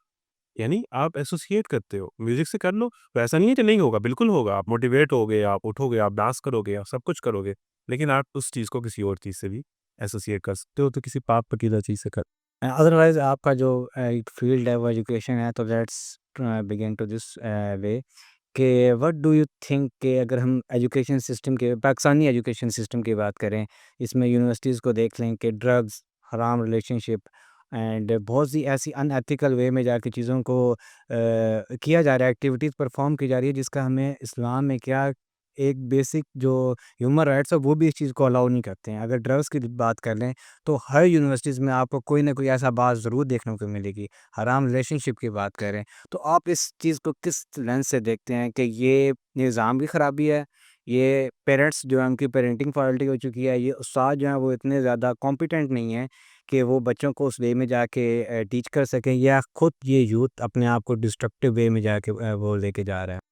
دیکھیں، ہر بندہ ذمہ دار ہے، نظام ذمہ دار ہے، والدین ذمہ دار ہیں، آپ کا تربیہ کا جو ٹریڈیشنل سسٹم ہے جو کہ اب فیل ہو رہا ہے وہ ذمہ دار ہے، اسلام کے نظام کا پریکٹیکلی نہ ہونا ذمہ دار ہے. یعنی ہر چیز اپنا اپنا رول پلے کرتی ہے. ایک مشین کو چلانے کے اندر کئی پرزے ہوتے ہیں، کئی چیزیں ہوتی ہیں جو ایک بھی آپ اندر سے نکال دو گے تو وہ مشین آپریٹ نہیں کرے گی. یعنی ہر چیز اپنی جگہ اپنا رول ادا کر رہی ہوتی ہے. ہمارا یہ ہے کہ آگے جاوا بگڑا ہوا ہے، نظام نہیں ہے، نظام تعلیم بہت سارے جو لوگ، نکاح نہیں ہو سکتے، نکاح مشکل ہے، شادی پہ کروڑوں خرچے کرنے کا جو ٹرینڈ ہے، جہیز کا ٹرینڈ ہے، نہیں کرو گے تو معاشرے میں عزت نہیں رہے گی. یعنی کتنی ہی ایسی چیزیں ہیں جو آپ گنوا سکتے ہو کہ ہم نے حلال کو مشکل کر لیا اور حرام کو آسان کر لیا. پھر ان ساری چیزوں کے ہوتے ہوئے آپ کہہ دینا، ایک حدیث سنانا کہ جناب عورت کی طرف دیکھو گے تو سے جو ہے وہ شہوت کی نگاہ سے دیکھو گے تو سیسا پگھلا کے ڈالا جائے گا. وعید تو بہت بڑی ہے. لیکن اگر پورا نظام نیچرل سا مسئلہ ہے، گھوڑا گھاس چرتا ہے، گھوڑے کو آپ جتنے مرضی بیان دے دو مگر اس کے سامنے گھاس رکھو گے تو وہ تو اس کو چلے گا. یعنی آپ نے، اس کا مطلب یہ تو نہیں ہے جب قرآن بے حیائی کو ختم کرنے کی بات کرتا ہے تو وہ زنا کی سزا بھی بتاتا ہے، وہ جلد نکاح بھی بتاتا ہے. یہ جی، آپ کے کہنے کے مقصد یہ ہے کہ کو ایجوکیشن ہی نہیں چاہیے؟ کو ایجوکیشن ایک بہت بڑا فتنہ ہے، ایک بہت بڑا فساد ہے. لیکن ہمیں دیکھنا ہے کہ پریکٹیکل سٹیپس کیا ہو سکتے ہیں. اس ٹائم کیا ہو سکتا ہے، بہت ساری باتیں، اکانومی، ایجوکیشن، ساری چیزیں. آپ اگر فی الحال جبریل دی جاتی ہے کہ ہمارے پاس اتنا اویلا نہیں ہے، اتنا سٹاف نہیں ہے، ہم نئی یونیورسٹی نہیں بنا سکتے، آپ کچھ چیکس تو مارا سکتے ہو. آپ تو وہاں پر ناچ گانے پہ موٹیویٹ کر رہے ہو. ابھی ایک بہت یونیورسٹی سے ویڈیو نکل کے آ رہی ہے کہ حجاب میں لڑکیاں یعنی آپ نے ٹرینڈ جو سیٹ کیے ہیں، یا ٹیچرز جس طرح کی کلاس میں باتیں کرتے ہیں، یا آپ جن چیزوں کو انکریج، صرف انکریج اور ڈسکریج کا ایک فارمولا ہے. آپ دیکھیں کووڈ میں کتنے سارے لوگوں نے صرف اس ڈر سے ماسک پہنے کہ یار لوگ کہیں گے یار خدا کا خوف کر. یعنی کہ جو سوسائٹی کے اندر مجموعی طور پر انکریج اور ڈسکریج کرنے کا رویہ ہوتا ہے وہی عمل چینج کر دیتا ہے. یعنی آپ کے ساتھ ہو سکتا ہے اتھارٹی نہیں ہے، ڈنڈا نہیں ہے، آپ کے پاس وہ نظام نہیں ہے، مجموعی طور پر ایک فتنہ ہے، بے حیائی ہے، سوشل میڈیا ہے. انکریج اور ڈسکریج کا تو معاملہ ہے. یعنی کچھ چیزیں تو آپ کیا سوچتے ہیں نا کہ بھائی یونیورسٹی میں یہ کوڈ آف کنڈکٹ ہے، لباس تھا، یہ ہو سکتا ہے. آپ غیر ضروری فن ایکٹیویٹیز کو ڈسکریج کر سکتے ہو، آپ کچھ ایکٹیویٹیز کو بین کر سکتے ہو. یعنی کچھ چیزیں جو نیت نظر آتی ہے کہ آپ یہ چیزیں، اس سے ہی بہت سارے مسئلے حل ہو سکتے ہیں. لیکن اگر آپ پاپوشپ کے انکریج کرو گے، باصیت ٹیچر، باصیت انتظامیہ، یا آپ کی یونیورسٹی اور کالج اس بنیاد پہ مارکیٹ ہو رہے ہوں گے کہ یہاں پر فلانا سنگر جو ہے وہ ناچنے آیا تھا تو اس لیے آپ ہمارے کالج پر آئیں، یا آپ اپنے پراسپیکٹس کے اوپر جو ہے وہ ایک ماڈرن سے لباس والی لڑکی کی تصویر لگاؤ گے، ہماری یونیورسٹی میں اس طرح کا ماحول ہے، تو یہ کون سے رویے کی آپ کی نیت ہی نہیں ہے چیزوں کو ٹھیک کرنے کی. تو مجموعی طور پر میں یہ سمجھتا ہوں کہ پیرنٹس کو اس سے ہم کیا کر سکتے ہیں. آپ نے کہا کہ اس میں کون قصوروار ہے. دیکھیں، نوجوان کی بہت ساری مجبوریاں ہیں، بہت سارے حالات ایسے ہیں کہ وہ پیرنٹس کے اینڈ پر اگر یہ سوچ ہو کہ اپنے بچے کی تعلیم سے زیادہ اس کا اخلاق امپورٹنٹ ہے، اگر یہ سوچ آ جائے اور ہمارے جو ٹرینرز ہیں، ہمارے جو ٹیچرز ہیں، اگر زور ڈالیں کہ اصل چیز اخلاق ہے، نماز اگر نہیں پڑھی گئی فجر کی تو یہ زیادہ بڑا جرم ہوا ہے، اسکول سے چھٹی چھوٹا جرم ہے. لیکن مسئلہ یہ ہے کہ اسکول سے چھٹی بڑا جرم ہے، فجر کی نماز چھٹی ہوگا، نہ والدہ نے پڑھی ہے نہ بچے نے پڑھی. ہونا چاہیے کہ فجر کی نماز کے لیے کھپڑ مار کے اٹھا رہو. اسکول سے اگر بچہ بہانہ کر رہا ہے تو ٹھیک ہے، آپ کہیں کہ جانا چاہیے، لیکن زور کس چیز پہ ہے؟ والدین کا زور جو ہے بچوں کی فائنینشیل ڈیولپمنٹ پہ زیادہ ہے، اخلاقی ڈیولپمنٹ بٹ ٹھیک ہے، اچھی بات ہے، اتنی سی بات ہوتی ہے، بیٹا نماز پڑھو، اچھی بات ہے، نہ بھی پڑھو تو چلو کوئی نہیں، خیر ہے۔ یہ جو پریورٹی ہے، یہ جس دن پیریڈس کی چینج ہوں گی بہت ساری چیزیں چینج ہو سکتی ہیں۔ تو میرا خیال ہے کہ ہماری جو جنریشن ہے، جو والدہ ہے، وہ اس میں کی رول پلے کر سکتی ہے کہ والدین بچوں کے آگے اسٹینڈرڈ سیٹ کریں، پھر ان کے سامنے یہ بھی ہو کہ ایمان زیادہ امپورٹنٹ ہے، روٹی اوپر نیچے ہو سکتی ہے۔ مطلب لڑکی والے کی بھی یہ سوچ ہے، لڑکے والے کی بھی یہ سوچ ہے کہ فتنے کے دور میں سب سے زیادہ پرابلم یہ ہے کہ میں حیا پر قائم رہوں۔ اچھا، اس میں یہ بھی نہیں ہونا چاہیے کہ بچے کو جناب بالغ ہو گیا تو پریزنٹ کیئر میں نہیں کہا تھا، تو بہت سی چیزیں دیکھنی ہوتی، ٹھیک ہے نا؟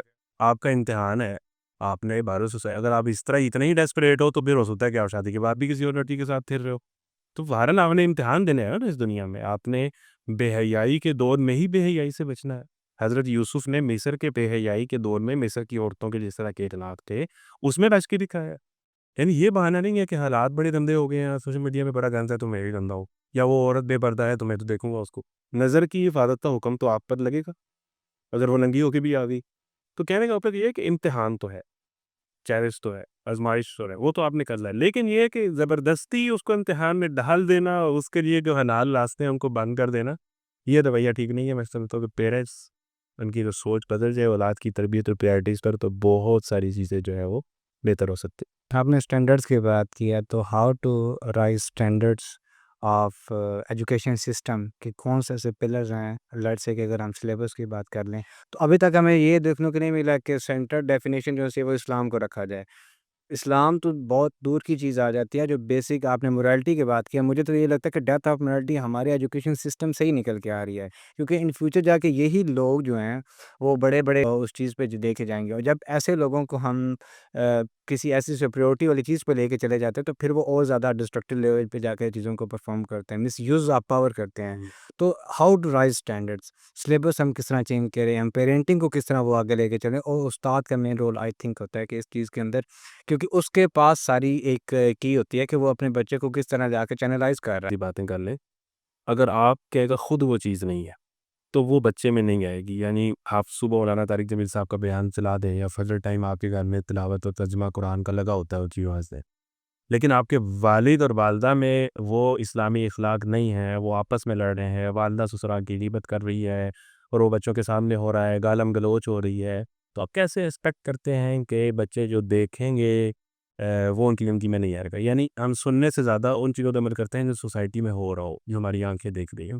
کانوں میں اذان کی آواز جا رہی ہے، حی علی الفلاح، لیکن اٹھ کے مسجد نہیں جا رہے۔ لیکن اگر آپ کا دوست نمازی ہے اور وہ اٹھ کے چلا گیا ہے تو ہو سکتا ہے جو اس پوری کمپنی میں اس چیز کا امپیکٹ ہو سکتا ہے۔ جب ماڈل سامنے دیکھیں نا، یعنی ایک بندہ عمل کر رہا ہے، وہ اگر استاد کی اس میں نظر آئے گا نا تو وہ اسٹوڈنٹس میں لازمی شفٹ ہو سر، وہ اگر پیرنٹس میں نظر آئے گا وہ بچوں میں جائے جائے گا۔ یہ ہو نہیں سکتا کہ ایک چیز عملی طور پر آپ کے ماحول کے اندر ہو رہی ہو اور وہ آپ کے اندر کسی نہ کسی شکل میں ٹرانسلیٹ نہ ہو رہی ہو۔ تو ایک تو یہ ہے کہ ہمیں رول ماڈلز بنانے ہیں، پولیٹیکلی بھی، سوشلی بھی، ایجوکیشن کی دنیا میں بھی، یہ پہلی چیز ہے۔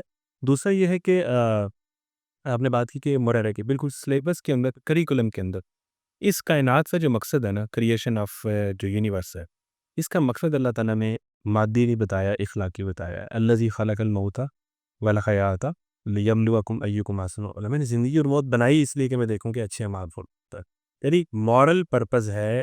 ہم جو بھی کہانی بچپن میں پڑھتے تھے، لالچی کتا تو اینڈ پہ لکھتے تھے moral lesson, greed is a curse, slow and steady wins the race, do good have good, یعنی ہر چیز کا ایک مورل لیسن ہوتا ہے۔ اگر ہمارے کریکولم کے اندر موریلٹی نہیں ہے، یعنی آپ ایک چیز کیوں کر رہے ہو؟ آپ بایولوجی پڑھاتے پڑھاتے آپ یہ پڑھا سکتے ہو کہ اگر کوئی آرٹری میں بلاکیج ہو جائے تو ہارٹ اٹیک ہو جاتا ہے، لیکن وہی والا ٹیچر بایو کا ساتھ یہ بھی پڑھائے کہ بیٹا دل کو زنگ بھی لگ جاتا ہے۔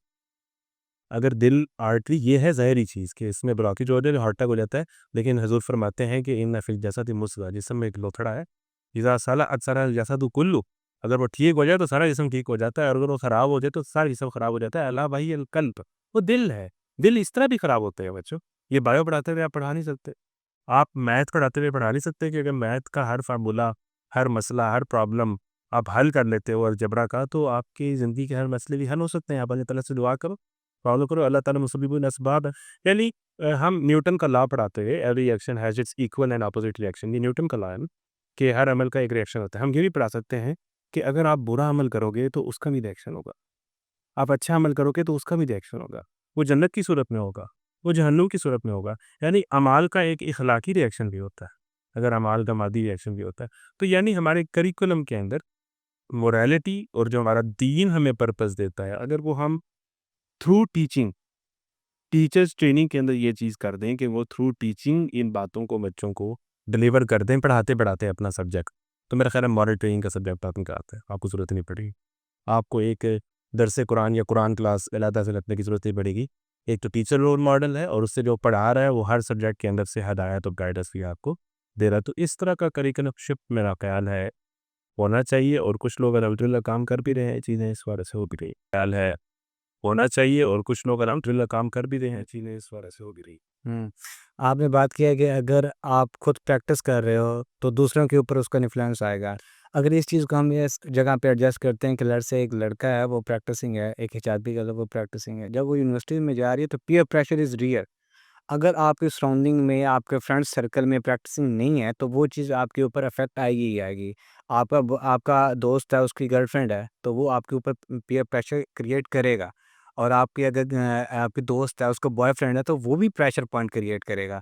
تو ایز اے پریکٹسنگ مسلم ہم یونیورسٹیز میں یا کالجز میں کس طرح خود کو ایک چینلائز کر سکتے ہیں، ہم دوسروں کے لیے سورس آف گائیڈنس بھی بنے اور انفلوئنس بھی کریٹ کر سکیں. پلر ہے فیملی پلر.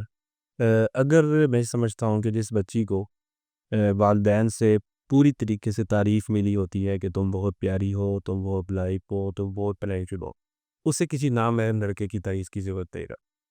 مسئلہ یہ ہوتا ہے کہ وہ جو جینون یا ایک فطری ڈیمانڈ ہے ایک خاتون کی کہ اس کو اپریشیٹ کیا جائے، ٹھیک ہے، اس کو پسند کیا جائے، اس کی بیوٹی کی، اس کے ٹیلنٹ کی تعریف کی جائے، اگر وہ والدین نہیں کرتے اور اسے وہاں سے تانے مل رہے ہیں تو وہ ڈیمانڈ کہیں اور سے پوری ہونی ہی ہونی ہے. جو ہی وہ ترس جائے گی ایک کام کو، اور جو ہی اسے کوئی لانا لڑکا میسج کر کے دے گا کہ تم بہت پیاری ہو، تو وہ سمجھ جائے گی کہ میں بہت، کیونکہ وہ ایک نیڈ تھی جو والدین نے بچوں کو انکریج کرنا ہے. جس طرح حضرت یعقوب نے حضرت یوسف کا خواب سنا اور ان کو انکریج کیا کہ بیٹا تمہیں اللہ بڑا مقام دے گا، لیکن ساتھ پریکٹیکل اسٹیپس بھی بتائے کہ ان باتوں کو اپنے بھائیوں سے مینٹون کیے، یعنی پریکٹیکل اسٹیپس بھی بتائے پلس موٹیویٹ بھی کیا. ہمارے ہاں موٹیویشن اسپیکر صرف موٹیویٹ کرتے تھے، پریکٹیکل اسٹیپس نہیں بتاتے. حضرت یعقوب کی مینٹورشپ میں دونوں چیزیں ہیں، پریکٹیکل اسٹیپس بھی ہے، انکریجمنٹ بھی.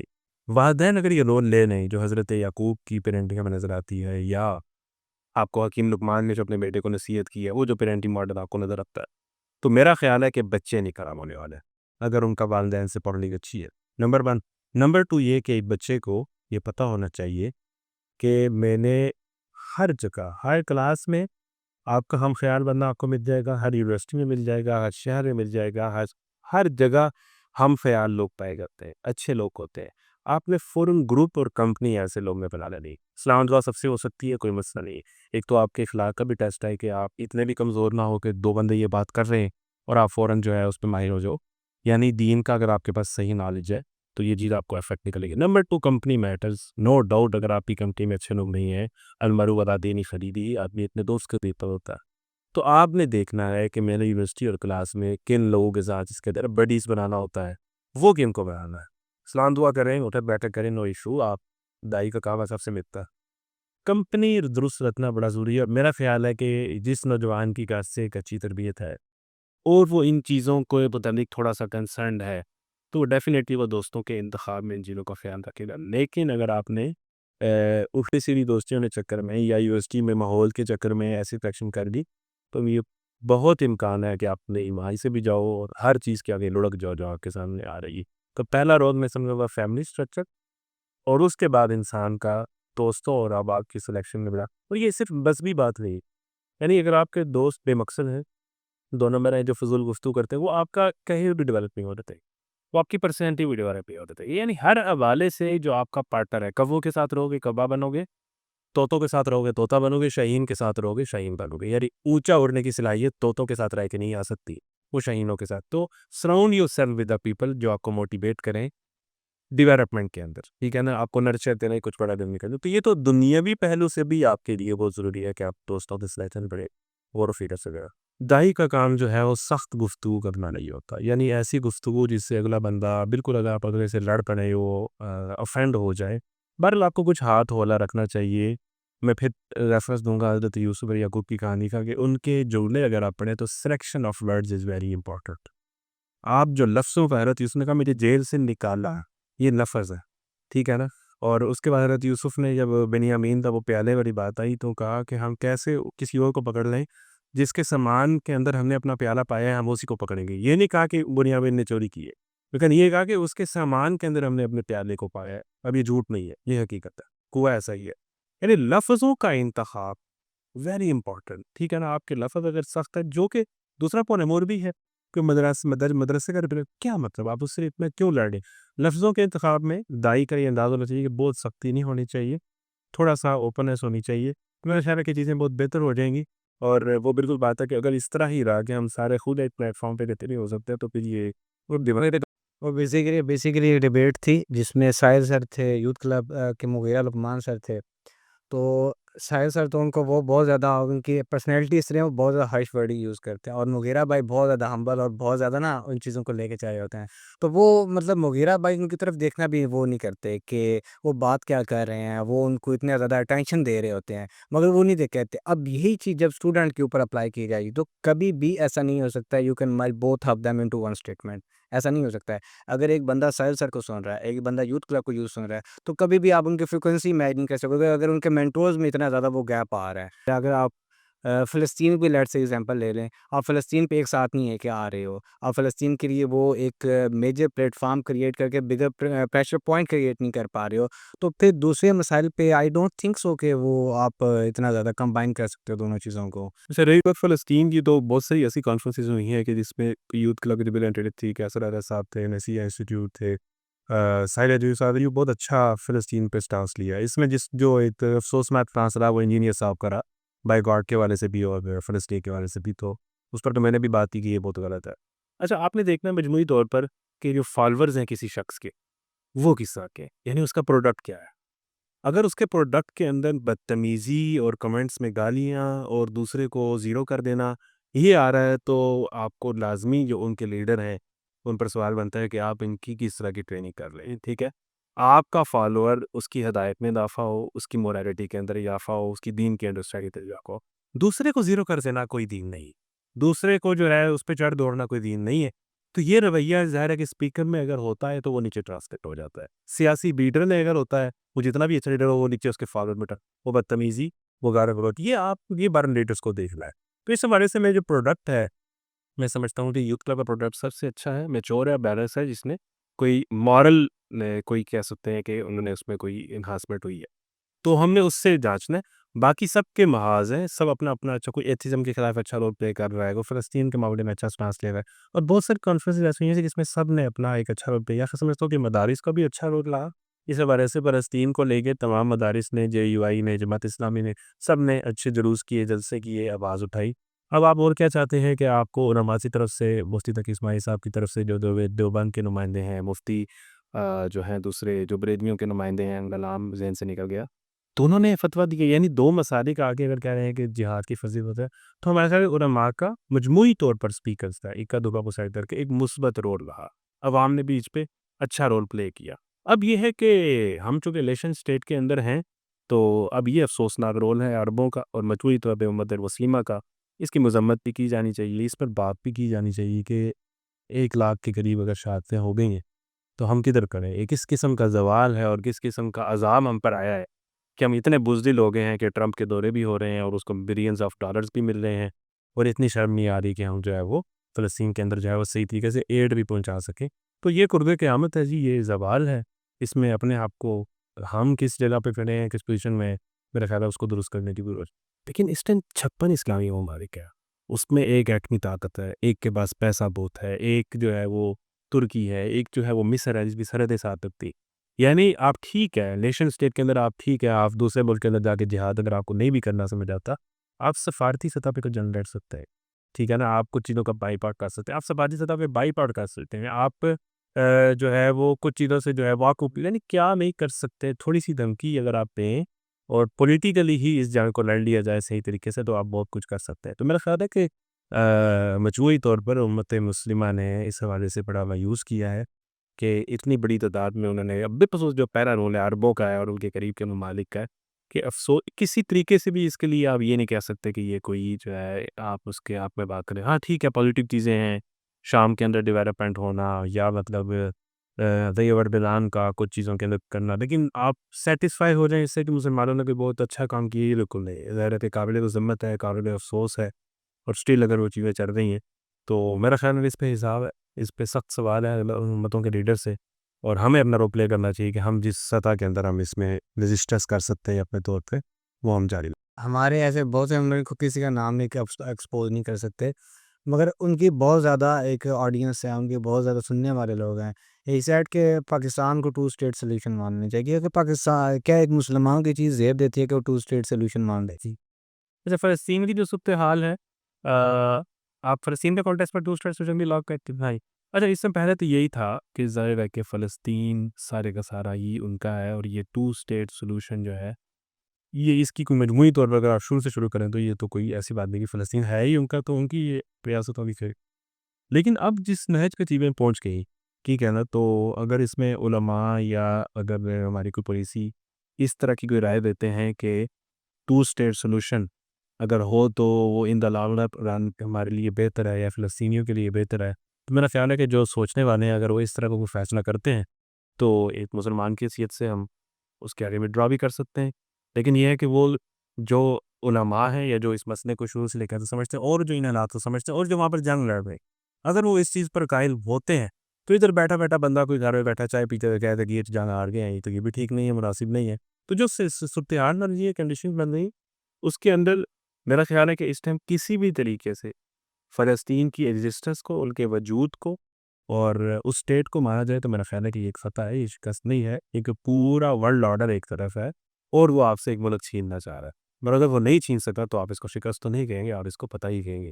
تو یہ دیکھ سکتے ہیں کہ مجموعی طور پر رائے کس طرف جاتی ہے، یا وہاں پر جو لڑنے والے لوگ ہیں وہ کس پوزیشن پر اپنے آپ کو رکھتے ہیں اور کس چیز کو ایکسیپٹ کرتے ہیں، تو جب اس کو کرتے ہیں تو ہاں بھی آپ نے بڑی خوبصورت بات کی کہ فلسطینی سے پوچھ رہے تھے کہ وہ ٹو اسٹیٹ سولوشن چاہتا ہے، آپ تو نہیں نا کہہ سکتے 5 مطلب دور آپ بیٹھے ہوئے ہیں تو آپ کہتے ہیں ٹو اسٹیٹ سولوشن، اس سچویشن کے اندر وہ کیا فیصلہ کرتے ہیں اور کس گراؤنڈ میں مذاکرات ہوتے ہیں۔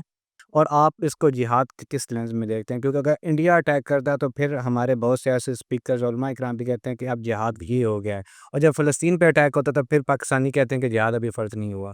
بس یہ نیشن اسٹیٹ ایک حقیقت ہے، آپ اس ٹائم 56 ممالک یا 250 ممالک کے اندر دنیا تقسیم ہے، آپ یہ کہہ دیں کہ یہ سب غلط ہے اور خلافت ہو جائے تو یہ پریکٹیکل بات نہیں ہے، شاید ایسا نہ ہو سکے۔ آپ میں کچھ درمیانی رائے یہ اپنانی ہے، بہت سارے اسکالرز یہ ہیں کہ دیکھیں پاکستان کیا ہے، ہم پاکستان کی حمایت کیوں کرتے ہیں؟ ہم اس سے حمایت کرتے ہیں کہ یہ مسلم اکثریت معاشرہ ہے، یہاں پر اذانیں ہوتی ہیں، یہاں پر قرارداد مقاصد کے قانون کا حصہ ہے، آپ اپنے آپ کو جمہوریہ پاکستان نہیں کہتے، اسلامی جمہوریہ پاکستان کہتے ہو، آپ ایک اسلامی خطہ ہو، یعنی دارال اسلام کی ہو سکتا ہے کہ 8 ڈیفینیشنز آپ پر نہ پوری اتر رہی ہوں، لیکن 1-2 ڈیفینیشنز آپ پر پوری اتر رہی ہیں، آپ بہت بہتر ہو کسی بھی دارالکفر سے۔ اگر آپ یہ سمجھا دی تو آپ انڈیا کے مسلمانوں کی حالت سے اس بات کا فیصلہ کر سکتے ہیں کہ وہ کہاں کھڑے ہوتے ہیں، یعنی وہ مودی جو اسرائیل کے شانہ بشانہ کھڑا ہے، وہ جنگ کے اندر اسی مودی کو سپورٹ کرنے میں مجبور ہیں، اور وہ کریں بھی کیا؟ یعنی وہاں پر جو مسلم لیڈر ہیں اگر وہ بیان نہیں دیں گے انڈیا کے حق میں تو وہ جیل میں جائیں گے، ان کی نیشنلٹی خطرے میں۔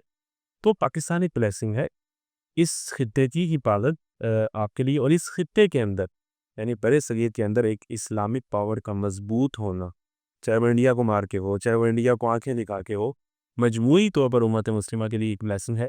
فلسطین کے مسلمان جب پکاریں گے تو وہ انڈیا کے مسلمان کو مدد کے لیے نہیں پکاریں گے، اوبیسلی وہ پاکستانی ہے نا، کیونکہ وہ پاکستان اسلامی پاکستان ہے، وہ اس لیے پکاریں گے کہ یہ واحد ایٹمی اسلامی طاقت ہے، یعنی as a nation state Pakistan جیسے ملک کا مضبوط اور سٹیبل ہونا امت مسلمہ کے فائدے کے اندر ہے۔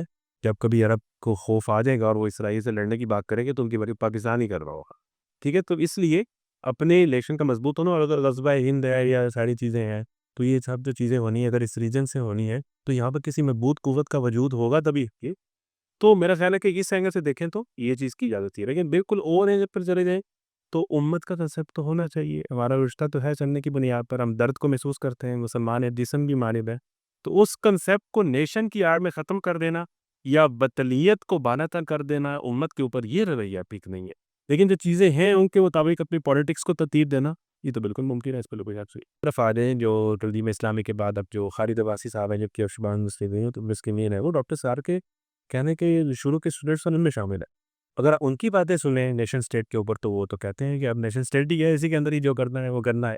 تو کہنے کا مطلب یہ ہے کہ چوتھے سال اگر آج ہوتے یا سید ابو العلا مودودی اگر آج ہوتے تو ہو سکتا ہے کہ وہ بہت ساری آراء ان کی اور ہو سکتی ہے. ٹھیک ہے نا. ہم یعنی کہ ایک بندہ جو 15 سال پہلے گزر گیا یا ایک بندہ جو 40 سال پہلے گزر گیا، ان کی رائے کو اب جو سچویشن بنی ہے وہ 9/11 کے بعد جو سچویشن ہے دنیا کی، یا کم از کم کووڈ کے بعد جو پوسٹ کووڈ ورلڈ ہے، اور جس میں چائنا ہے، جس میں رشیا ہے، جس میں امریکہ ہے، جس میں اے آئی ہے. ٹھیک ہے نا. ان چیزوں کو دیکھتے ہوئے وہ کیا رائے اپناتے ہیں، کیا اسپیننگ ہو سکتا ہے، وہ بدل سکتی ہے. میرا خیال ہے کہ مجموعی طور پر جو اس طرح ہمارے اسکالرز ہیں وہ جو باتیں کر رہے ہیں ہم اسے زائڈس لے سکتے ہیں اور کسی مجموعی طور پر پازیٹیو عمل کی طرف آ سکتے ہیں. ہوں سمپل سا ایک مسئلہ ہے، آپ کو زندگی یہیں پر ملی ہے، گیو یور بیسٹ شاٹ. ٹھیک ہے. اپنا بہترین دیں، اور بہترین دینے کے چکر میں اور زیادہ کرنے کے چکر میں یہ ذہن سے نہ بولیں کہ میں کس لیے آیا تھا. ٹھیک ہے. اور میں کیا کرتی رہا ہوں. آئیڈینٹیفائی کریں کہ کس لیے آئے ہیں. جب وہ سمجھ آ جائے تو اس کس لیے آنے کے لیے اپنا بیسٹ دے کے اس دنیا سے جائیں. اس کے بعد لوگ آپ کو یاد کریں نہ کریں. آگے آپ نے سارے مسئلے فیس کرنے ہیں، اس چیز سے بالاتر ہو جائیں. مرنے کے بعد آپ کی اگلی زندگی ہم گھبرا کے تو یہ کہتے ہیں کہ مر جائیں گے، مر کے بھی چین نہ آیا تو کدھر جائیں گے.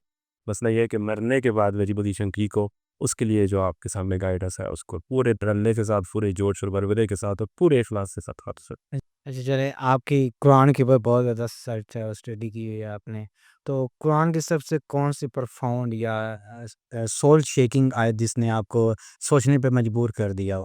دیکھیں ہر بندے کے کوئی نہ کوئی مسئلے ہیں. تو الا ان اولیاء اللہ لا خوف علیہم ولا هم یحزنون، کہ خبردار ہو جاؤ، جان لو، مطلب make it very clear in your mind کہ اللہ کے بندوں کو نہ کوئی خوف ہوتا ہے نہ کوئی غم. یعنی یہ جو بات ہے، یعنی ہر بندے کو کوئی خوف ہے، کوئی نہ کوئی کام ہے. یعنی قرآن آپ کو آفر کر رہا ہے، ویلکم کر رہا ہے کہ جو کر لی ہے نا، یا عبادی الذین اسرفوا علی انفسہم لا تقنطوا من رحمۃ اللہ، جتنے بھی گناہ کر رہی ہے، ان اللہ یغفر الذنوب جميعا. اس آیت کے اندر اللہ تعالیٰ نے شرک کو بھی مینشن نہیں کیا. قرآن کی کچھ آیات ایسی ہیں جس میں اللہ تعالیٰ فرماتا ہے سارے گناہ معاف کر دوں گا لیکن شرک کو معاف نہیں کرو.